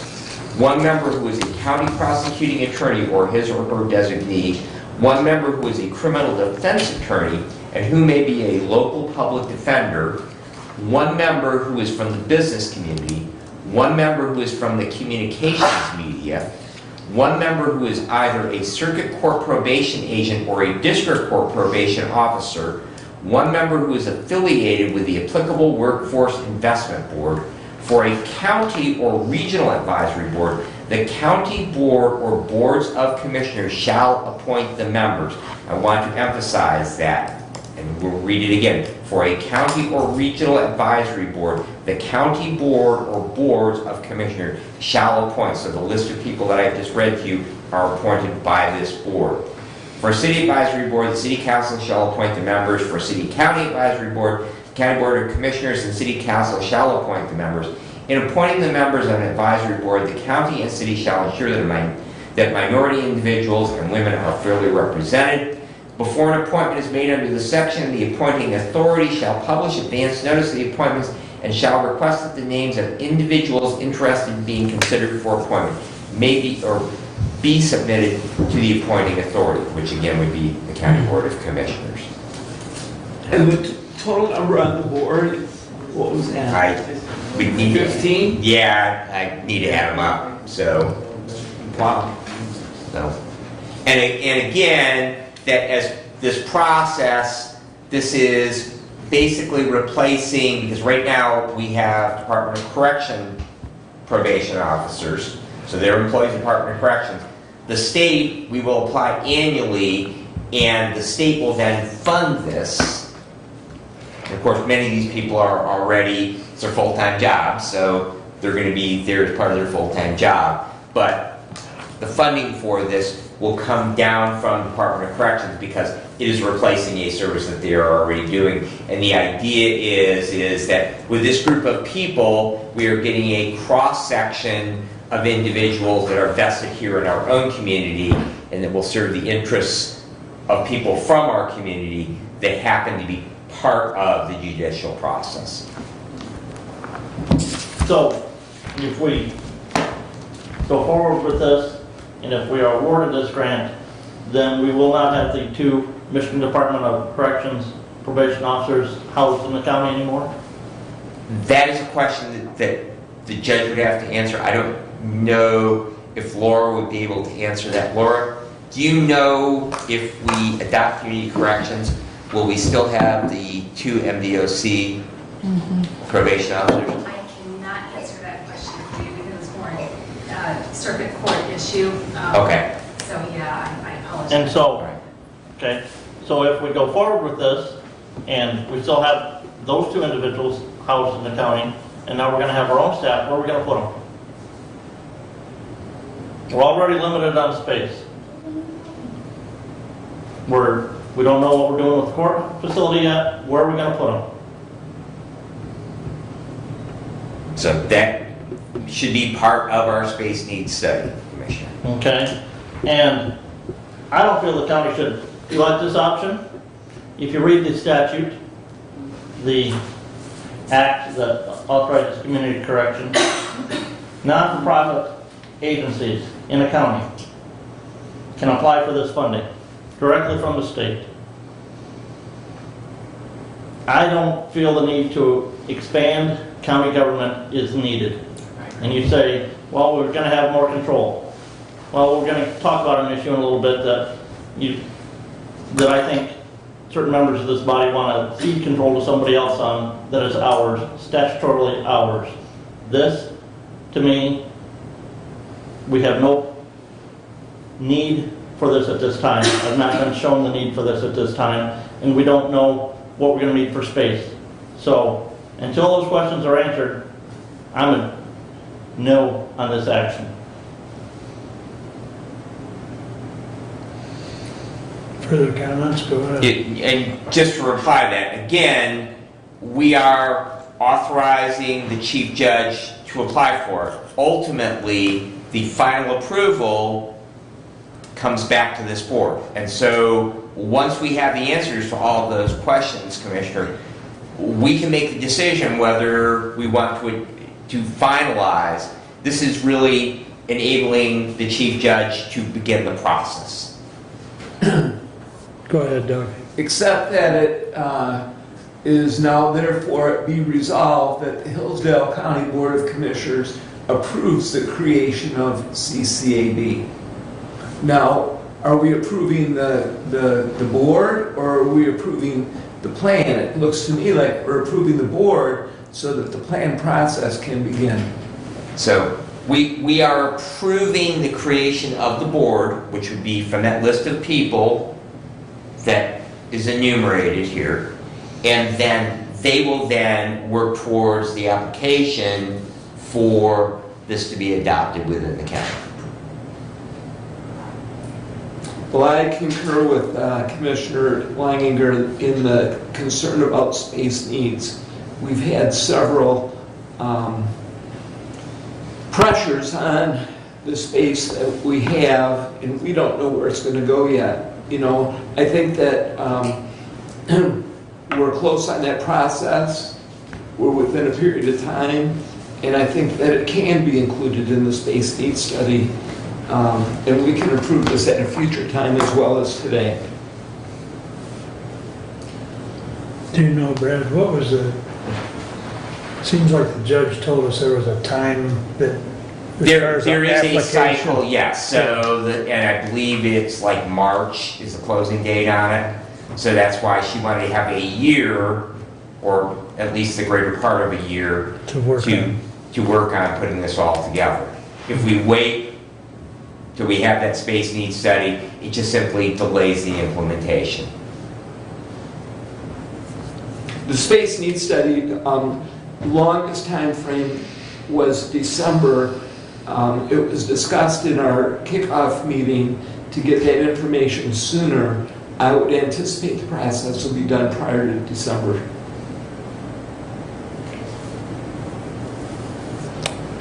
Kathy? My question would be, if that's a 15-member board. 11 to 14, Okay. as I counted. Okay, all right, 11 to 14-member board. Is there going to be a pay structure? Is there going to be compensation? Is it no compensation? In the preliminary stages, if they're meeting, are they getting paid or they're not getting paid? What's the vehicle for that? So that has not been discussed.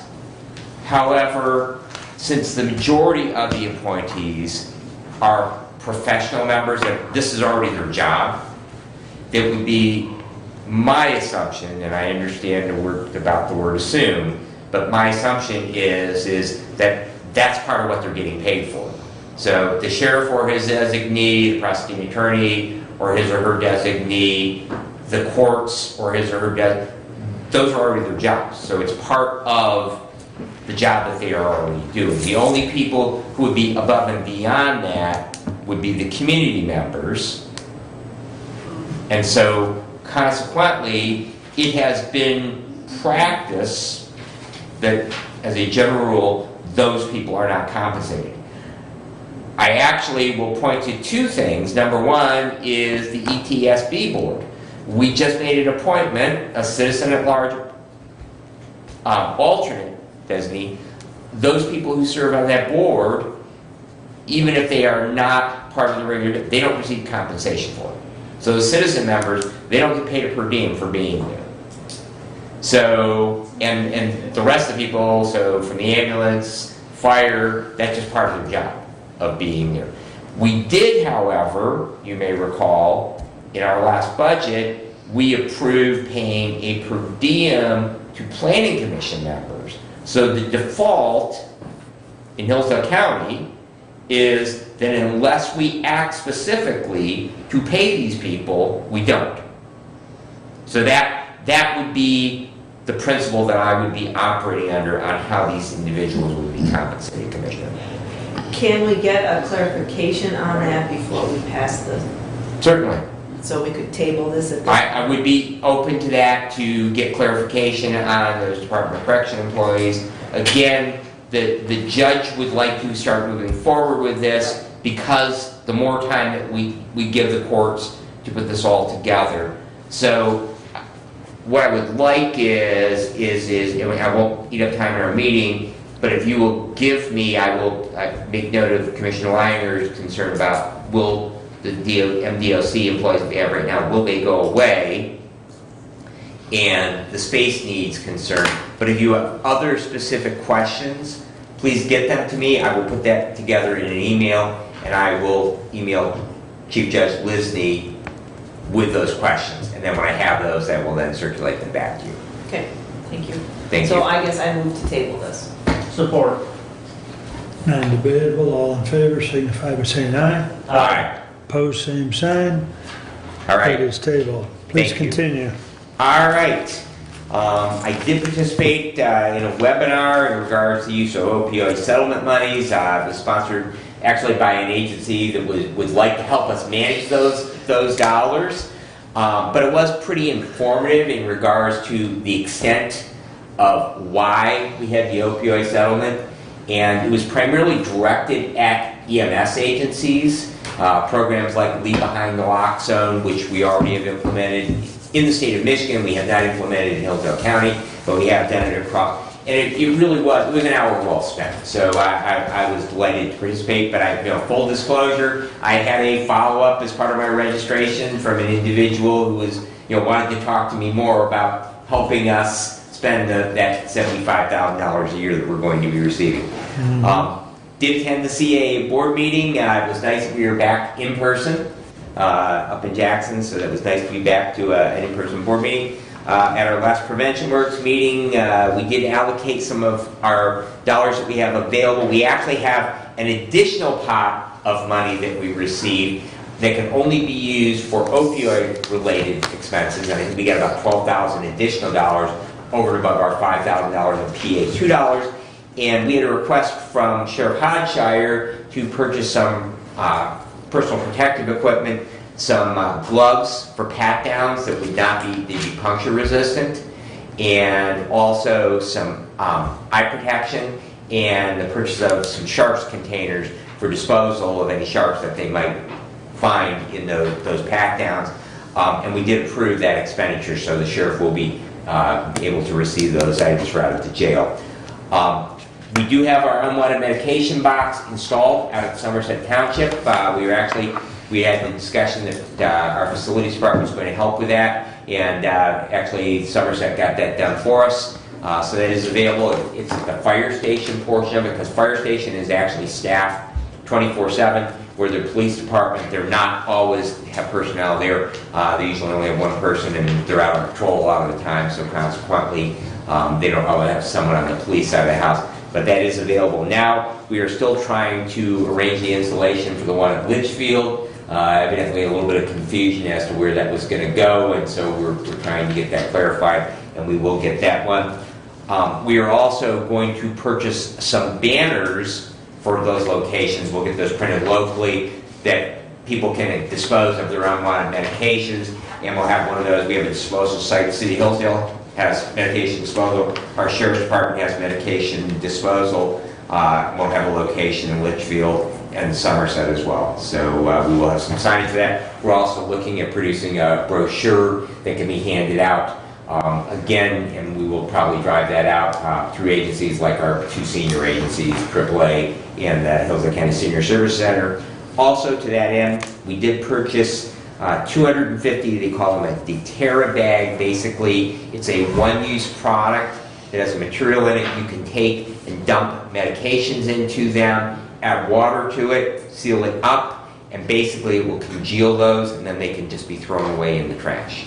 So it does create, we would like to see those incinerated. So our encouragement is that they come into the collection boxes, but just simply in that chain of possession on them, it just means that once they leave the individual, and this would primarily be directed a lot of times, you have an older individual who goes into a skilled nursing facility where they will be having their meds passed. They're not going to have their own individual meds anymore. They pass away, and so consequently the family needs to dispose of those medications. And again, that those will be distributed both through AAA and the Senior Center, and we will have those at some community events as well.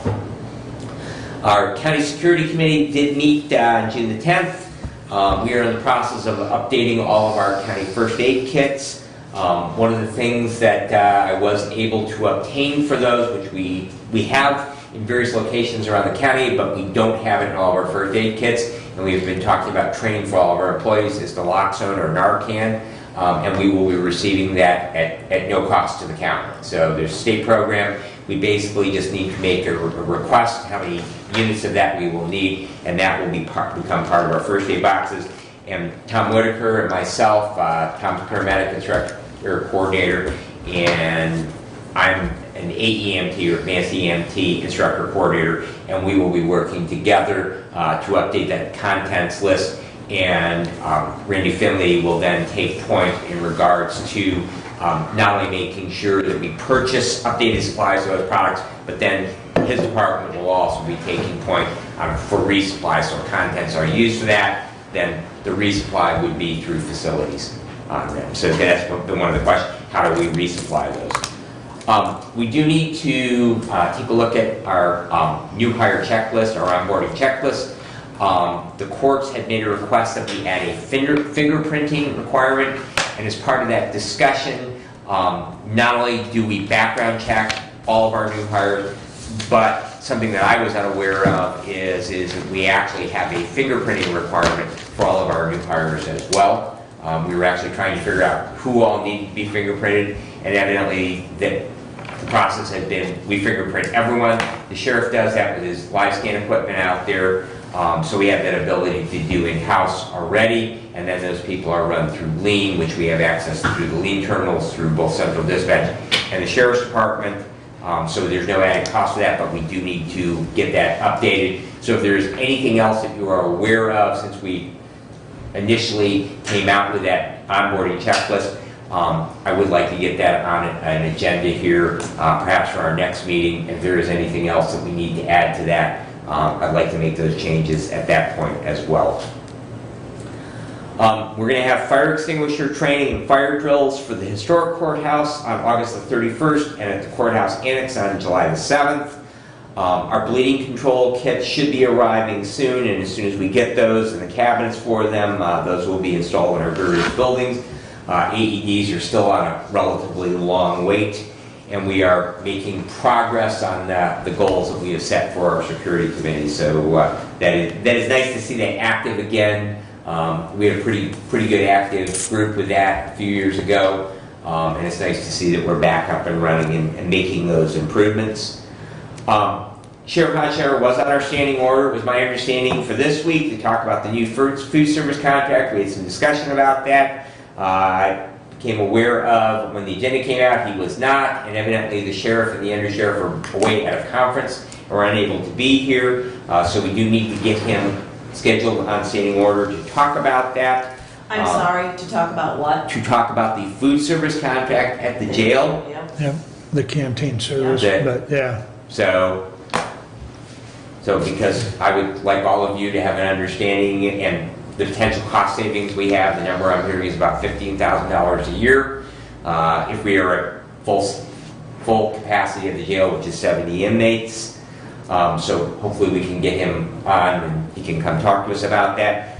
I also learned yesterday that because of a vacancy and a retirement, the sheriff has been able to recruit 2 additional county residents under the academy program, the sponsored academy, and they will be starting the academy late summer, early fall, so when school starts up at the college again, so that they will be starting that program. So we have 3 new that are currently, they passed, they're currently FTO, they should be out on their own sometime later this summer, and then again, as you've been communicated to, that will bolster us back where we have our 24/7 road patrols overnight, which we've been lacking because of staffing issues. We'll be back to full strength on that, and we will backfill those 2 additional positions. Judge Bianchi, I had a conversation after security committee meeting, safety committee meeting with Commissioner Ingalls and myself. She did renew her request to flip the courtroom. I know that we are looking at the space needs study. Basically, that would be simply moving the bench. If you recall, when we were in their commissioner's room, that we were the bench commissioner's seat when we were using the commissioner's room was on the east end. She would like to move it to the opposite end and then slide the barrier that's down, and then her chambers would be in the old commissioner's office. That is a security issue. We just simply allow her then to come up the segregated stairway and move to the back offices there. Same thing when leaving the courtroom, so she would not have to go out through the public. I know that we are moving ahead with our space needs, but if we could possibly get that done, that would probably be a very goodwill gesture. She also is going to be working, you did receive an email in regards to some issues with recording equipment. I know that has been an ongoing discussion. She has made arrangements with the circuit court when that courtroom is available to utilize that space rather than the courtroom space until such a time that we do have new equipment on order, but supply chain issues have made that very, very, very difficult, and so we have not received that. So until such a time that we do receive that equipment, She will be, whenever possible, using the space in the circuit courtroom. And the last item is just really a kind of a comment. The Michigan Outdoor Writers Association held their summer conference. They have an annual summer conference here in Hillsdale on June 3rd through 5th. My wife is a longtime member of that organization. You may recall when she both had a weekly radio program and wrote a weekly column for the Daily News, became a member of it. But we had 18 outdoor communicators in Hillsdale County over that weekend. Activities for them included a bass tournament on Bobby's Lake, shooting opportunities for the riders out at the Halton Shooting Sports Center, a tour of the historic Will Carlton Poorhouse, hike on the North Country Trail. I do like to point out that that is actually America's longest national trail. Starts in New York State, goes clear to North Dakota. It's longer than the very famous Appalachian Trail. And we get a lot of through hikers through Hillsdale County. It really is amazing how much use that gets. A lot of the trail in the county is on roads. They eventually would like to move that off as they get right-of-ways established. But anyways, and then there was a high school trap competition for all of our county trap teams out of Halter on a Saturday. And I would correct you on that. There was a trap team in the county that was not invited. Interesting. So you will have to speak with whatever sanctioning body it is that. However, I'm delighted to report that a trap team from my district, Camden Frontier, did win that competition. Sorry, Commissioner, that if anyone was excluded, like I say, I was not part of that process. Host facilities for the conference were Machindale Conference Center, which of course is part of Spring Arbor University, and Hillsdale College. And you can look for, in various media formats, a number of stories from that. So it was really, really nice that they were able to come here. So some great publicity for our county. And that concludes my report, unless you have questions for me. Questions for Brad or comments? CPR. Maybe you mentioned it, but I missed. Okay, so as part of the process of obtaining our AEDs, that we are planning on doing CPR training, stop and bleed training, and naloxone administration for our employees. We figure we can get about a 4-hour block. Stop and bleed is about 20 minutes. Naloxone is about 20 minutes. Not long, extensive on those. CPR in bystander, what we call hands only, no breaths.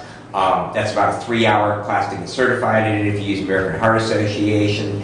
The issue has been finding someone who can provide that service for, and the number I hear is we've got, with full-time and part-time, just shy of 200 employees that we would need to get through that.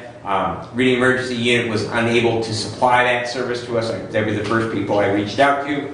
I reached out to another provider that I know they were also, at least currently, unable because their spouse was deployed, and so they were doing full-time parenting duties and unable to provide that.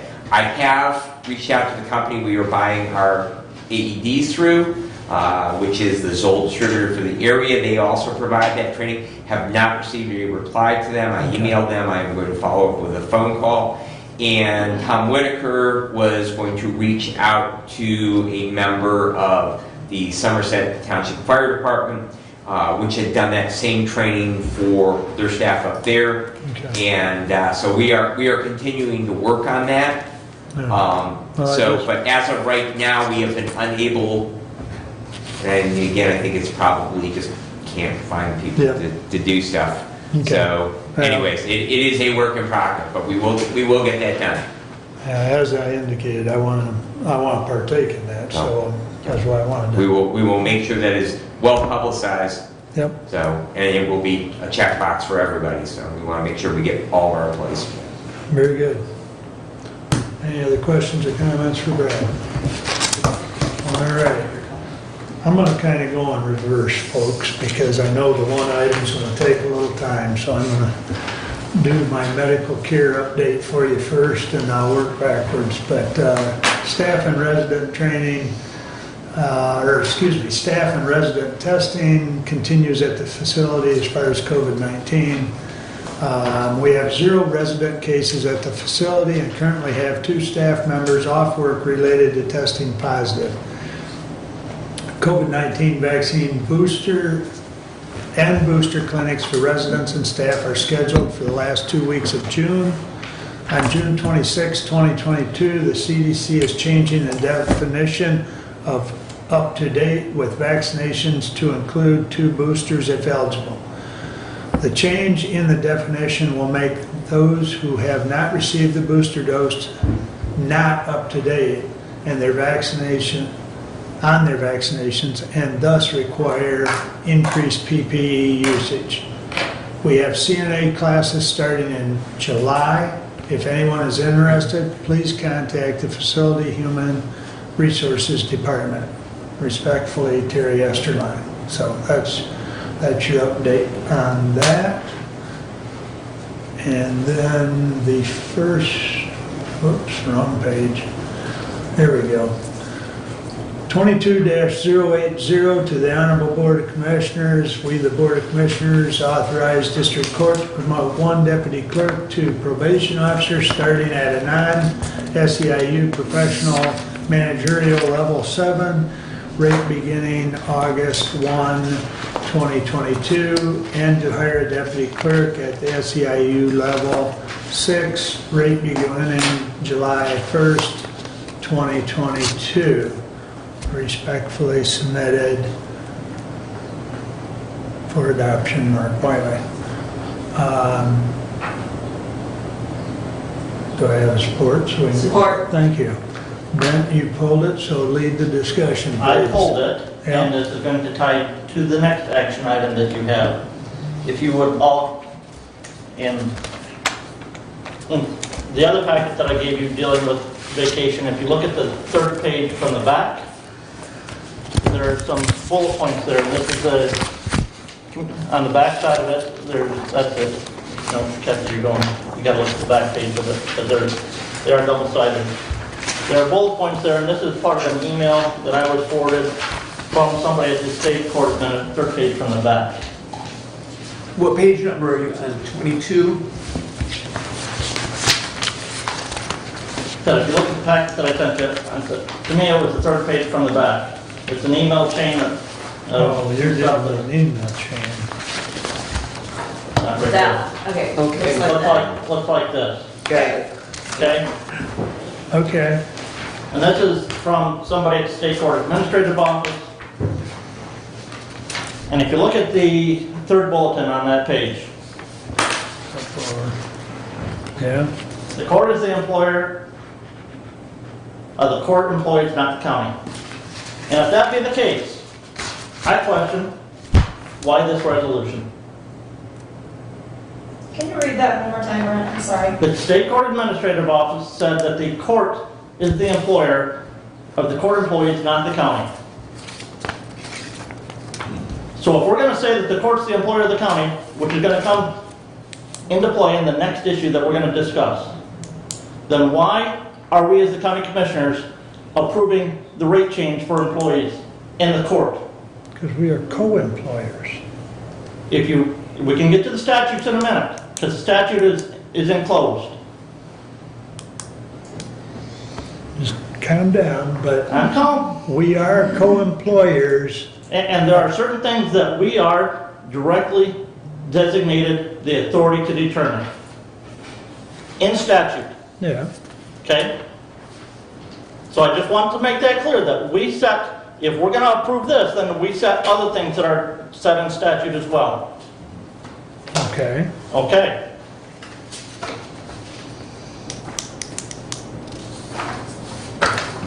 This was Right, this was discussed. This was discussed, it was handled much like we've handled 2 or 3 others here previously.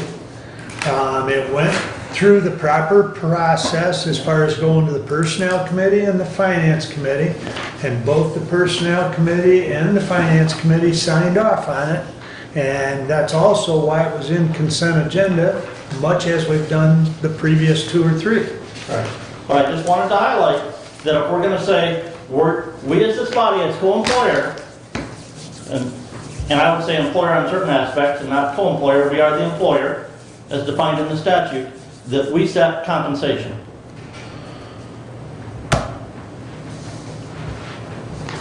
Brad? Thank you. Just for my personal clarification here on it, hire a deputy clerk at an SEIU level 6. Just take that, clip that section out. I just want to confirm that we are merely using a level that this employee, because it is my understanding that court employees are not bargaining unit members. Right. And so consequently, we are only using this as a reference point for the pay rate that we are paying. And even though the SEIU doesn't even exist anymore technically, that we are simply using it as a reference point of where we are paying at, rather than that they are a member of the bargaining unit. That is correct. Okay. About a year or two ago, Derek met with, I believe, both judges, Judge Lisney and Judge Stuyvesant, and so that we didn't have people all helter-skelter as far as pay. It was agreed that we use the SEIU table as a reference point. So, yes, you are correct. I just want to document that today. So thank you for that point of clarification. That was my understanding, but again, because everything that we do is public and archival, that I just wanted to clarify that no, they are not part of the bargaining unit. We're just using that as a reference. Thank you. It's a bench point. Yep. Thank you.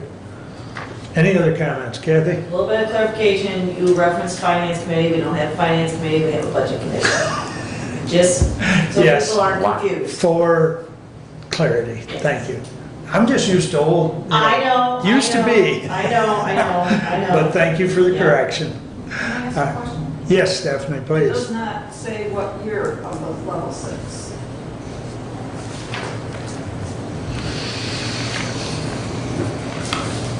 There's like those distinctions, it's whatever level and what year. I think the original resolution had particular pay amounts, and weren't they then got rid of because in your discussions with Marnie, you didn't think that was right or something? Yeah.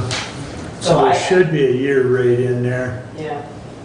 But I do believe, as discussed or previously with Laura and the illustration, they were both supposed to be level 7 higher and level 6 higher rate. You want to clarify, Laura? That is correct. That is what we ran on the spreadsheet, was the higher rates. Now, as we all know, at McDonald's, they can probably pay better than we can. So, I mean, I guess our preference would be to have a little bit of wiggle room on that. But of course, we would run anything by Derek, before, going forward with hiring at a slightly higher rate, just to make sure it's within our budget. Yeah, I'd have to pull up the supporting documents, but I think you indicated that on what was sent to the budget committee and personnel. Yes, you had particular amounts in there. The person that is that is being hired as a probation officer, what that is. I assume that was at the higher rate on that schedule. Yes, Commissioner, that is correct. Okay, so that one should be at the new higher rate, and then the SEIU level 6, the indication was that was also going to be at the new higher rate. Correct. And I will say that I don't know what our McDonald's here in Hillsdale County is paying, but I know I have driven by various fast food restaurants, and I have seen $12 and $13 an hour being stated as starting wage. So to me, as a county employer, I was glad to see that, because it isn't the $20 that everybody keeps on referencing. And you'll also note it says up to. I actually have wanted, because I've heard that reference point on a regular basis, and I would like to take pictures of our local, because I drive by our local subway to leave my business every single day, and it says in small print, up to $12 an hour. Yeah. So it is not $20 an hour, at least not in Hillsdale County. No. Maybe in Traverse City. Yes, so I did want to say that, so. All right.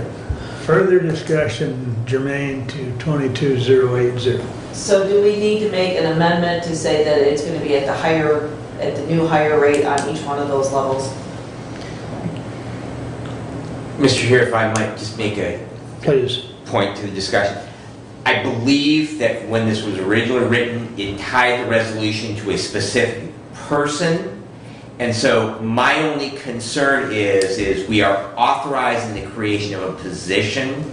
And so if we were to, at a future point, have a different person who might already be at a different pay rate, we are going to then tie it to whatever we do in this.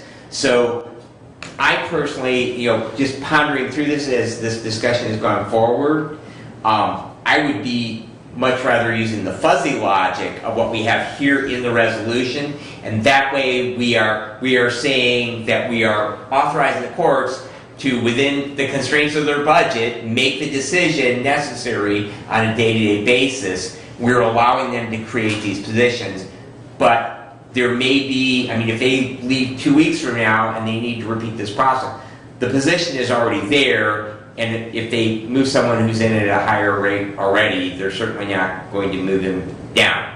So they're just going to have to make it fit within their budget. So I would suggest that we do this way and allow the department head to make those decisions within the constraints of their budget. I'm okay with that. Okay.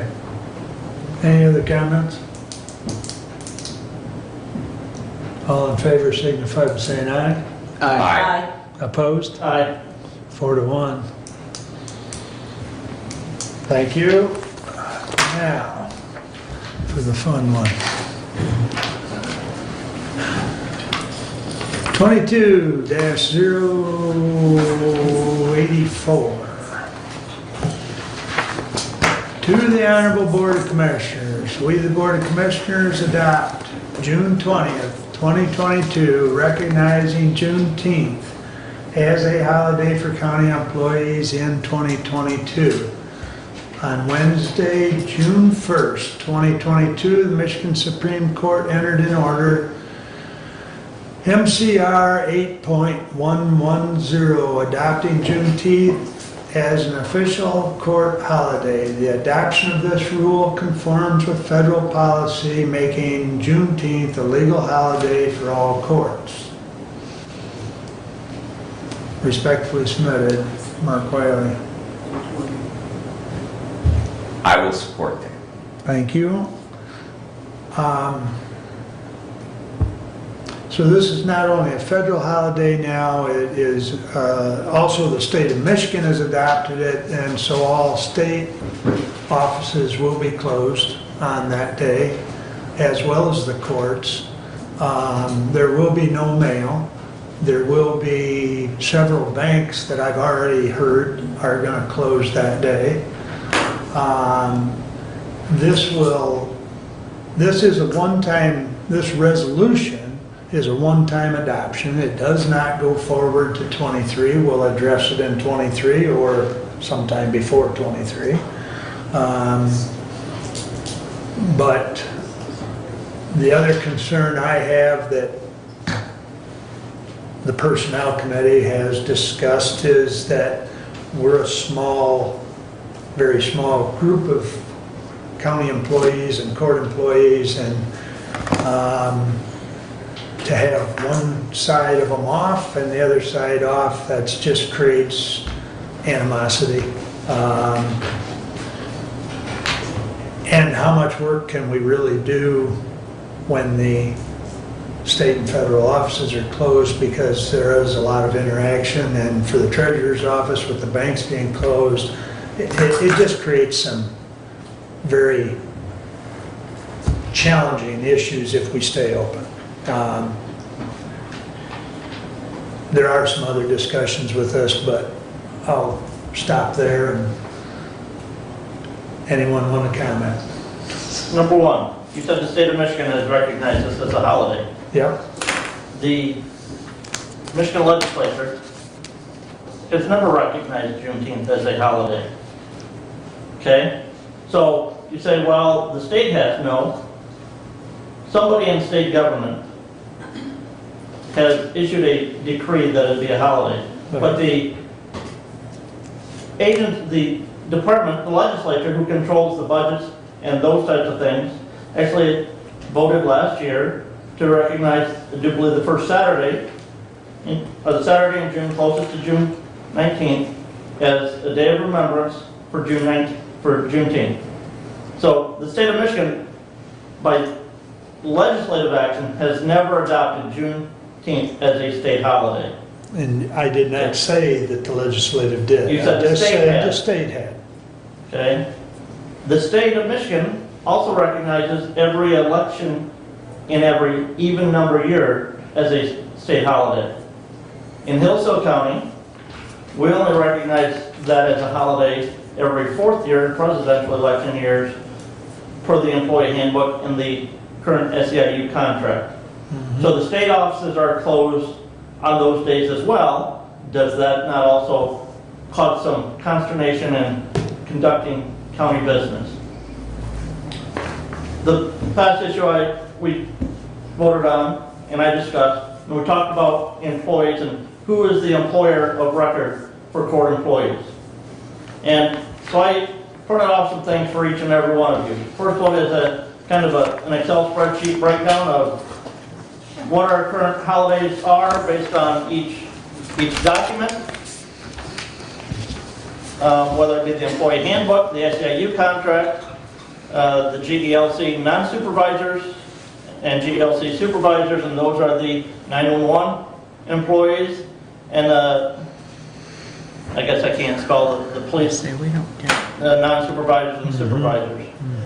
So our employee handbook and SEIU contract give county general fund employees generally 12.5 paid holidays. Every fourth year, they get another paid holiday because we take the presidential election year off. This will be 13. And there are some differences there in those. The other thing, the next item is 3 documents from the Revised Judiciary Act of 1961, Act 236 of 1961. Dealing specifically, the first one is operation of circuit court, operation, employer, authority, collective bargaining, appointment, supervision, discipline, or dismissal of employees, transfer of employees. Okay? The key item there is, as I read it, is number 2. In a single county circuit, the county is the employer of the county paid employees of the circuit court in that county. And then if you look down underneath number 4A, the employer, the county, has the authority to establish policies and procedures relating to compensation, fringe benefits, pensions, holidays, and leave. You will find the same language in the statute dealing with probate court and district court, which are both attached. That brings me to this email from the State Court Administrator's Office that the court is the employer. They have no factual documentation for that statement. We have the statutes. We're the employer. We determine the holidays.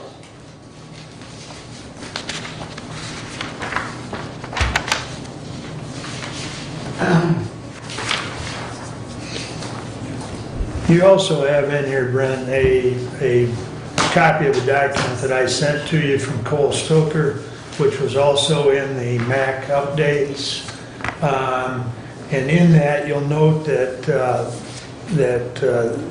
they had 3 options that counties could do as far as other, the county employees in general, was to remain open even though the courts are closed, offer to unions Juneteenth for 22 as a paid holiday on a one-time, non-precedent setting basis, offer to unions to substitute Juneteenth for a different holiday on a one-time or permanent basis.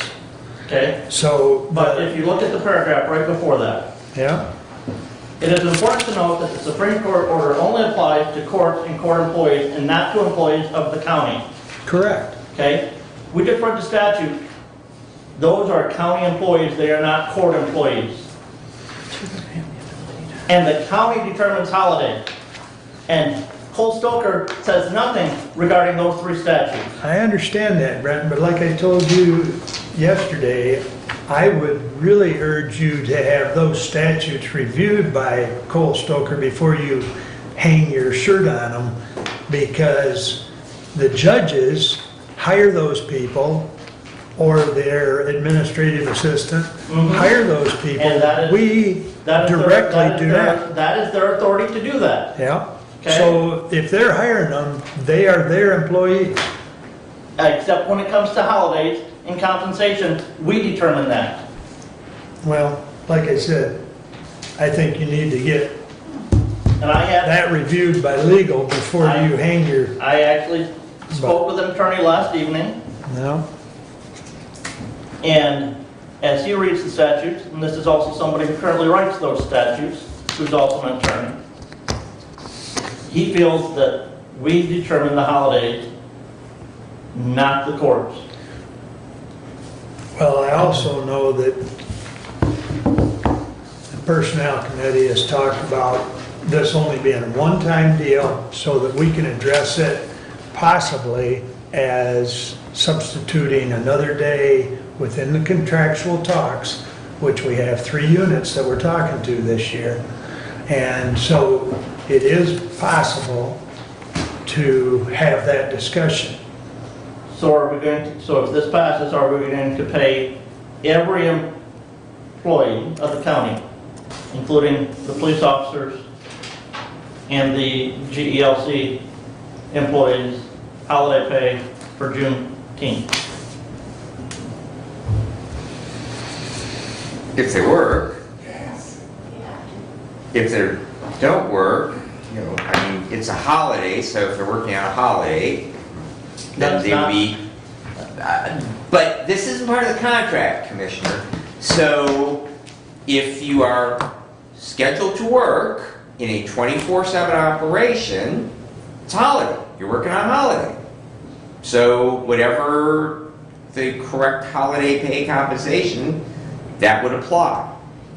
The rest of the employees, well, as they point out, and I do agree with you in regards to, my understanding is the only people who work for the courts are the judges. The rest of them are our employees. The judges are employed by the courts.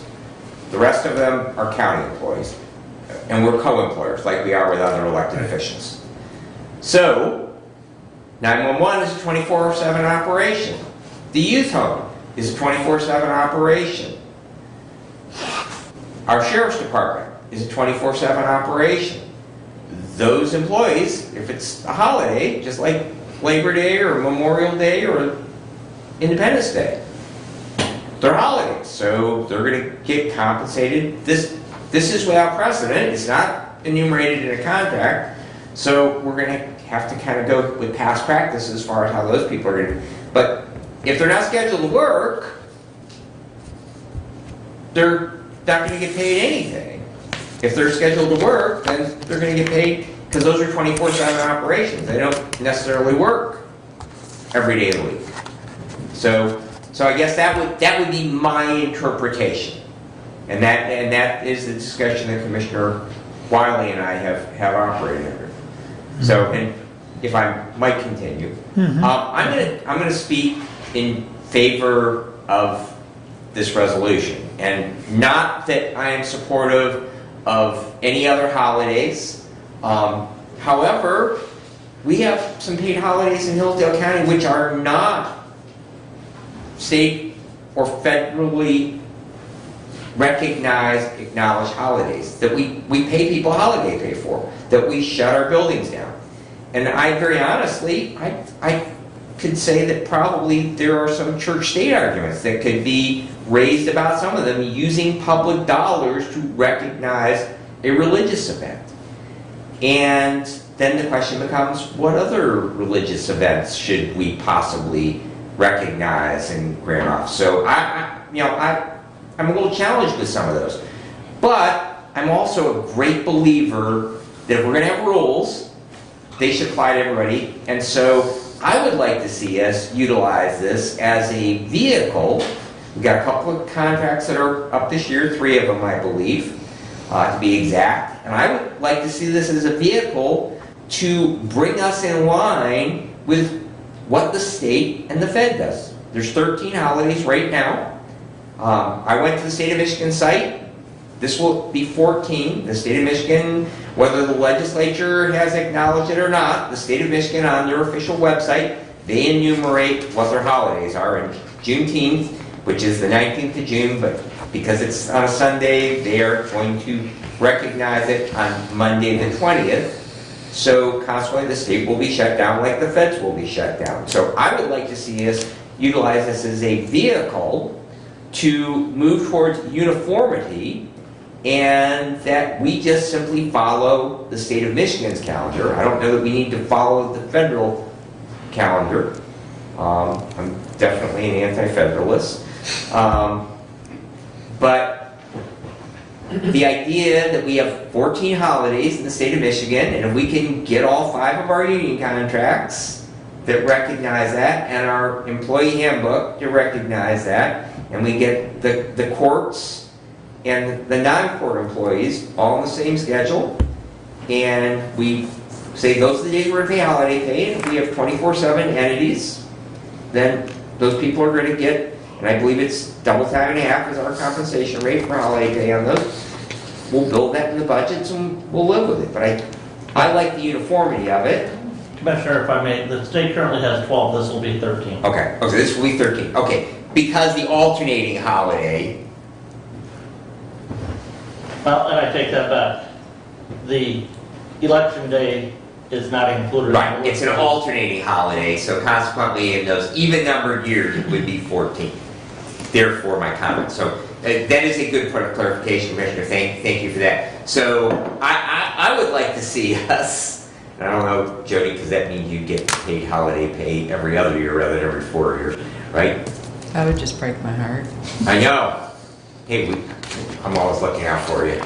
So, but I would like to see us get that uniformity with the state of Michigan. I think it makes it easier, and that I'm going to vote for the resolution. I think that from an employee morale point, I think Commissioner Wiley has made good points about that. I think from an employee morale point that it's just going to be a good business practice. And like the holiday, like the rationale behind it, like adding paying people, because I'm a career retailer. I work 6 days a week forever. And I don't get paid extra for that. Right. So, but be what it is, I think that probably it's a good idea to adopt this, and we'll move forward with our contracts from here. Doug? I'm looking at the County of Hillsdale Employee Handbook, page 21, that was provided in this packet. It says county paid holidays shall follow the court holidays as delineated by state court rule. And they list 13 days here, which this would make 14. And if the Michigan Supreme Court has decided that Juneteenth is a holiday, then according to our handbook, it's added to the list. And Commissioner, I read that, and I read that, and I read that, and that was my first thinking on that as well. But the more I read it, and the more I thought about it, we then come back and we state the 13 holidays that are recognized, or the 13 days in there, one of them being a half day. Okay? And I come back and I say, okay, we're going to follow the state court rule as far as observance of these following days as holidays. So, like this last year, in 2021, Christmas Eve was on a Friday and Christmas was on a Saturday. A lot of businesses would have taken the following Monday or even with New Year's taking the following Monday as the day off. The state court rules say that that's Thursday and Friday of the week preceding Christmas that are the observed holidays. And so that is, to me, that is my interpretation of that reading in the employee handbook. That we're going to follow the state court rules as far as observing these stated holidays. And we have those 12 and a half days stated in that employee handbook. So when the employee handbook was written, Juneteenth didn't exist. And now Juneteenth will exist, and if you were writing that same employee handbook or updating it, Juneteenth would be put on the list. I think that... If I may, Commissioner, we just adopted this employee handbook in February of this year. Juneteenth was a federal holiday as of last year. State Michigan Supreme Court, I think, was June 1 with their ruling. So I would speak in favor of this, and I would actually call the question. It's been discussed and beat up and overdone, and we all have decided yea or nay. I call the question. Yeah, he's called the question. And we're going to do a roll call. Commissioner Ingalls? Yes. Commissioner Schmidt? No. Commissioner Wiley? Yes. Commissioner Benzine? Yes. Commissioner Leininger? No. Passes 3-2. Thank you. Okay.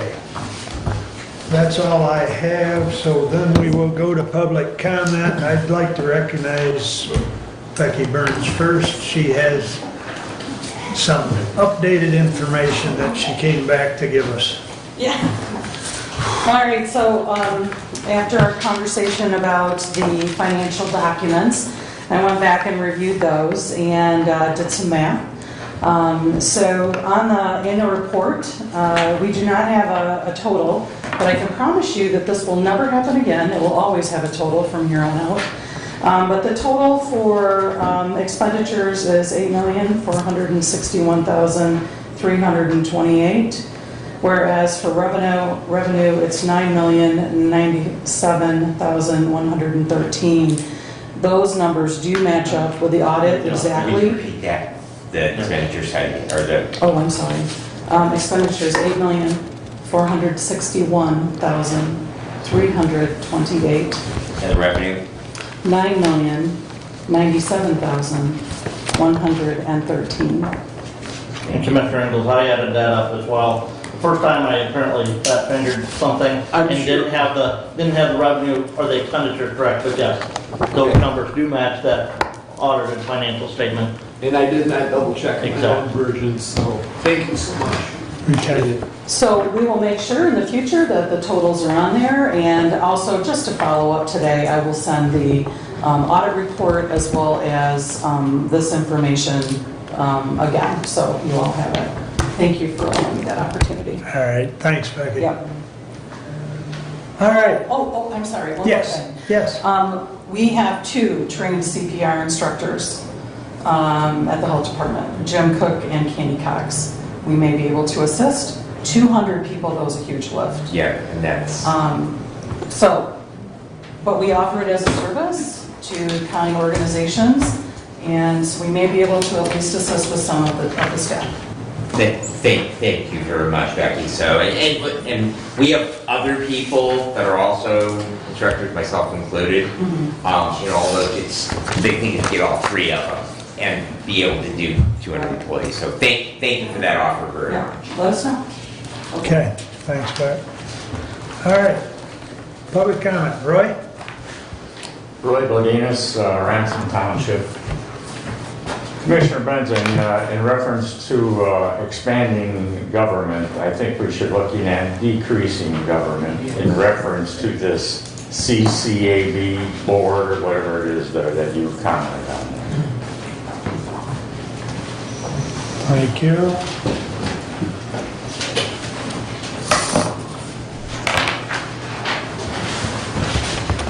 I'm Annette Helmut, and I have to agree with his statement. When you were talking about the board that you all were, getting ready to put together, what I noted was that everything is based on a professional level with this board. And later, at the end of your speech, you said something about the citizens, but as you read each one, it was all people who already were lawyers, doctors, policemen, you know, high up, really, but no citizens. Now, I did see where you pointed out businesses, and I don't think that always speaks to including citizens in what's going on. And I have to agree, the government thing and more boards is not the answer. Thank you. Thank you. Stephanie? Stephanie Kaiser, County Treasurer. I sent an email out to everybody about the Zillow bill and opposition of all the different boards, like the county treasurers, the register of deeds. I believe the clerks are involved in that as well. We've seen a lot of resolutions come throughout the other counties in the state, and just would encourage you to hopefully get it on next agenda. I thought it would get on today because I sent it out early enough. But I see you have one in your packet that's in opposition as well. So if you consider that for next meeting, I'd appreciate it.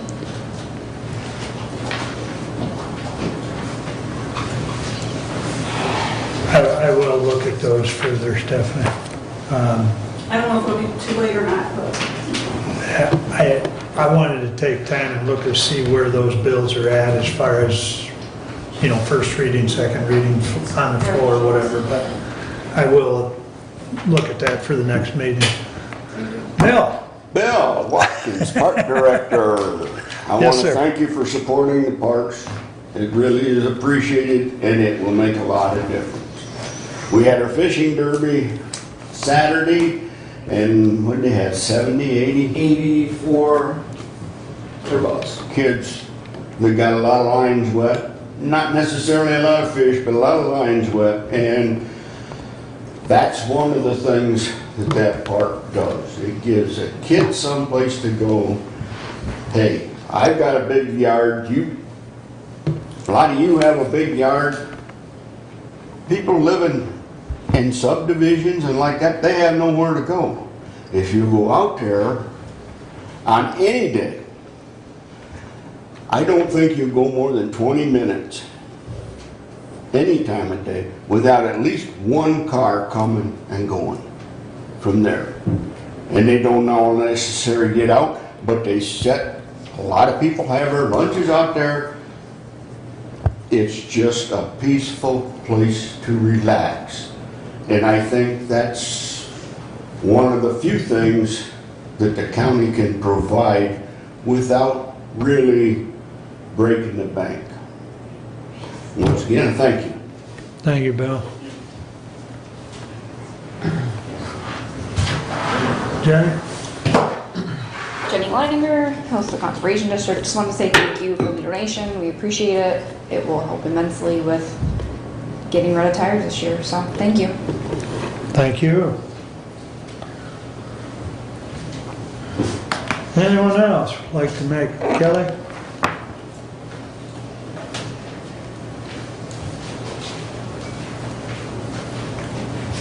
Kelly Mapes, District 3, Allen, Michigan. I want to start by asking for the links that were shared for the COVID response. Rebecca said she was going to give them to you. If they're public-based, I would like them to be put out into the public. I think that if it's given to certain people, then that becomes controlled data. And I think we should all have the same right to fill out that survey. I think it should be an overall data collection if it includes public.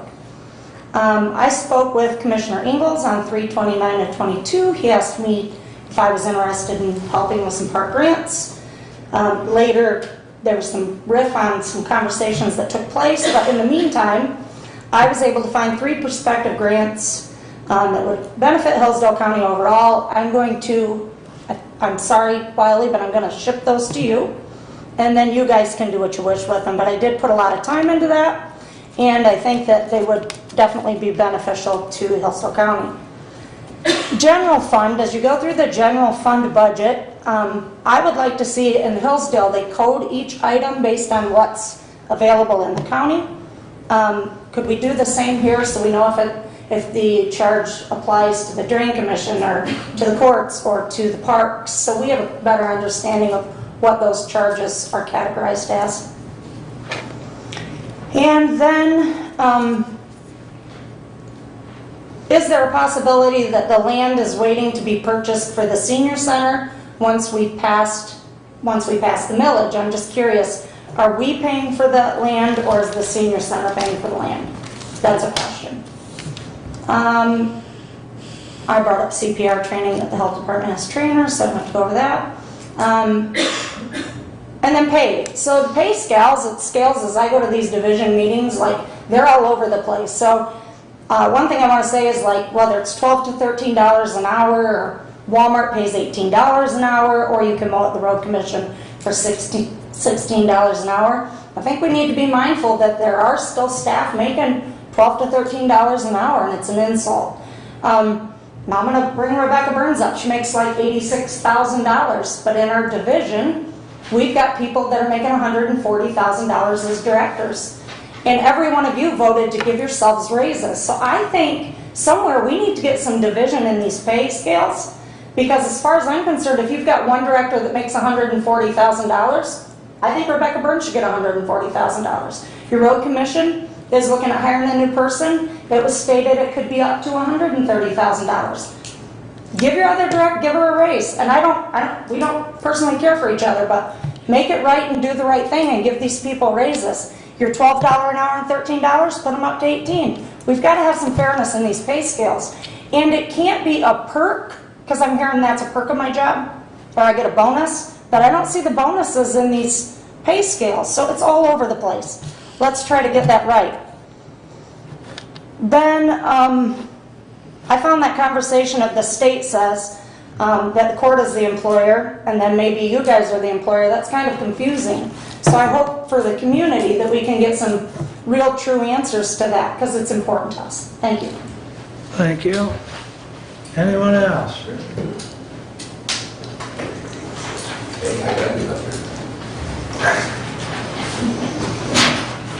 I'm going to try to close this evening or this afternoon out. I really wanted to kind of tell you about my dead duck. But I'll tell you about it later. Anyway, as we go, just a little time. There's the senior place out there has already commenced an expansion on the driveway.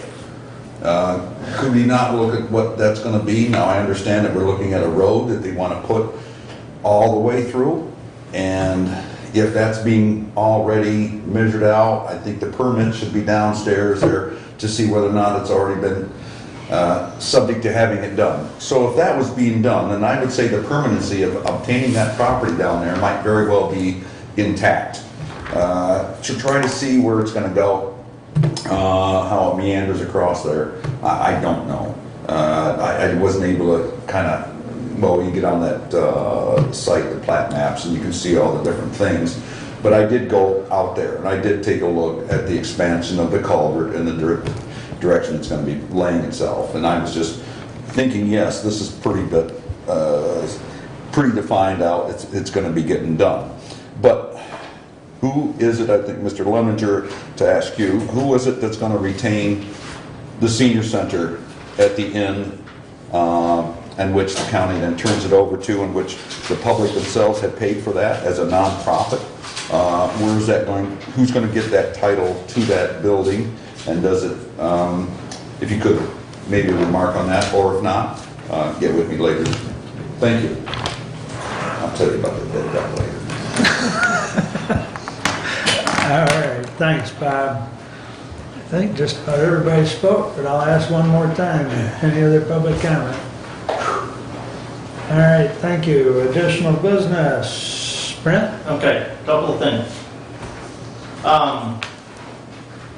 The title, the deeded title to the senior center real estate will be going, once their bonds are paid off, to Hillsdale County Senior Services Center, which is a charitable not-for-profit organization that has at least 9-member board, which one commissioner serves on that board. So the real estate property will be deeded to the Hillsdale County Senior Services Center, which is a charitable not-for-profit entity recognized in the state of Michigan and by the federal government.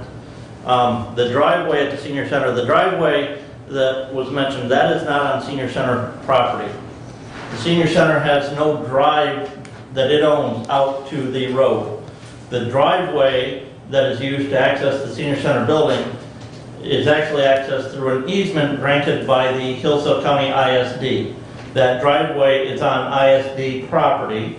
The ISD, Intermediate School District, is doing a repaving project of their parking lot this year, and so there's going to be at least one day that the senior center is going to be closed down when that paving contractor is working on that driveway up there by Bacon Road. I'm not sure exactly the date that that's going to be yet, because that was not mentioned. We didn't have that at our last senior center board meeting.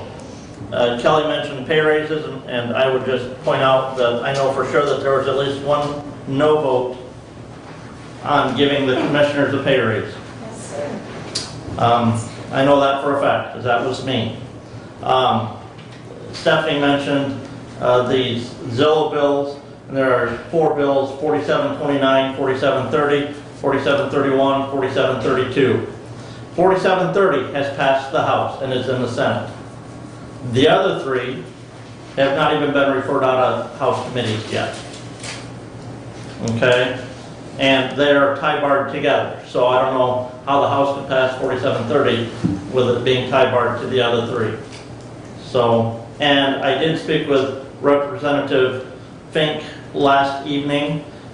He thinks that the state legislature he hopes that they pass out of the legislature the 2023 state budget this week or early next week, which would be for the appropriation for the state of Michigan that began October 1st of this year. He is still working to see if he can get us some appropriated earmarked money for our 800 megahertz system, but he's not sure if we're going to be able to get that accomplished yet. But he was hoping that those budgets would get passed either this week or the first of next, so we may have a better idea as to where we stand on potentially receiving some funding from the state for our 800 megahertz system. Okay, thank you. Kathy? The 4-H extension educator posting, do you know if they're going to extend that posting? Do you know if they've gotten any applications this week? I do not know. Okay, I will have to call and find out. If I call out to the extension office, are they going to answer that question, or are they going to refer to this? Laura is probably not going to know the answer to that. Probably. I've got Mary Bowling's information. Yeah, and I do as well. But I'm not even sure if Mary would have the say on that, or because that posting is actually done at campus. Right. So we may need to call. But Mary would be a better source than local. Okay. Mary's out of the Monroe office, I believe. Yeah, and I'll send her an email here. Okay. After our meeting. You're going to send an email and let me know whether they're going to extend posting or if they've got apps. Okay, thank you. Okay. I wanted to ask the treasurer, I've heard that you've hired 2 people, is that true? They started yesterday. Very good, I'm glad to hear that. So we still have 1 posting, or 1 opening. I do communicate that at my township and city and village meetings to help get the word out that you're looking for employees, but I was very glad to hear that you hired 2 and that process is. It was crazy. It's been absolutely crazy, but again, I'm very thankful and appreciate it. Yep. I want to get open back up as soon as possible. Yep. It's not going to be probably this month, Yep. but maybe next. Okay, very good. And then I guess I wanted to make my comments on the Juneteenth because I didn't get to, which that's fine. Sorry. That's fine. The Juneteenth, I probably, I am not in favor in extending vacation days. I'm not sure why public sector gets more vacation days than private sector. You know, I have worked for an employer, and I also am self-employed, and us who are self-employed, we work 24/7 and get whatever has to be done, when it needs to be done, regardless of what the clock says. So this whole idea of that I deserve another day off because the federal government tells me I get a day off, that's foreign to me. So I would hope that through the process of negotiating the contracts, that we don't expand our footprint with days off, because days off does cost the county. There is a cost, for the county, it takes a certain amount of time to get jobs done, and the more days off are built into the calendar requires more people to get those jobs done. So it is a budget issue, it's a cost issue, and I would hope that the Personnel Committee is mindful of that in their negotiations. So that's all I have. Okay, thank you. Doug, any additional business? Fred? Strawberry pie season. Or shortcake? Shortcake too. So I just want to thank everybody for attending. It was a very good meeting and respectful and civil, and that's what it's all about, sharing thoughts. So with that, we stand adjourned. We'll meet again on the 28th.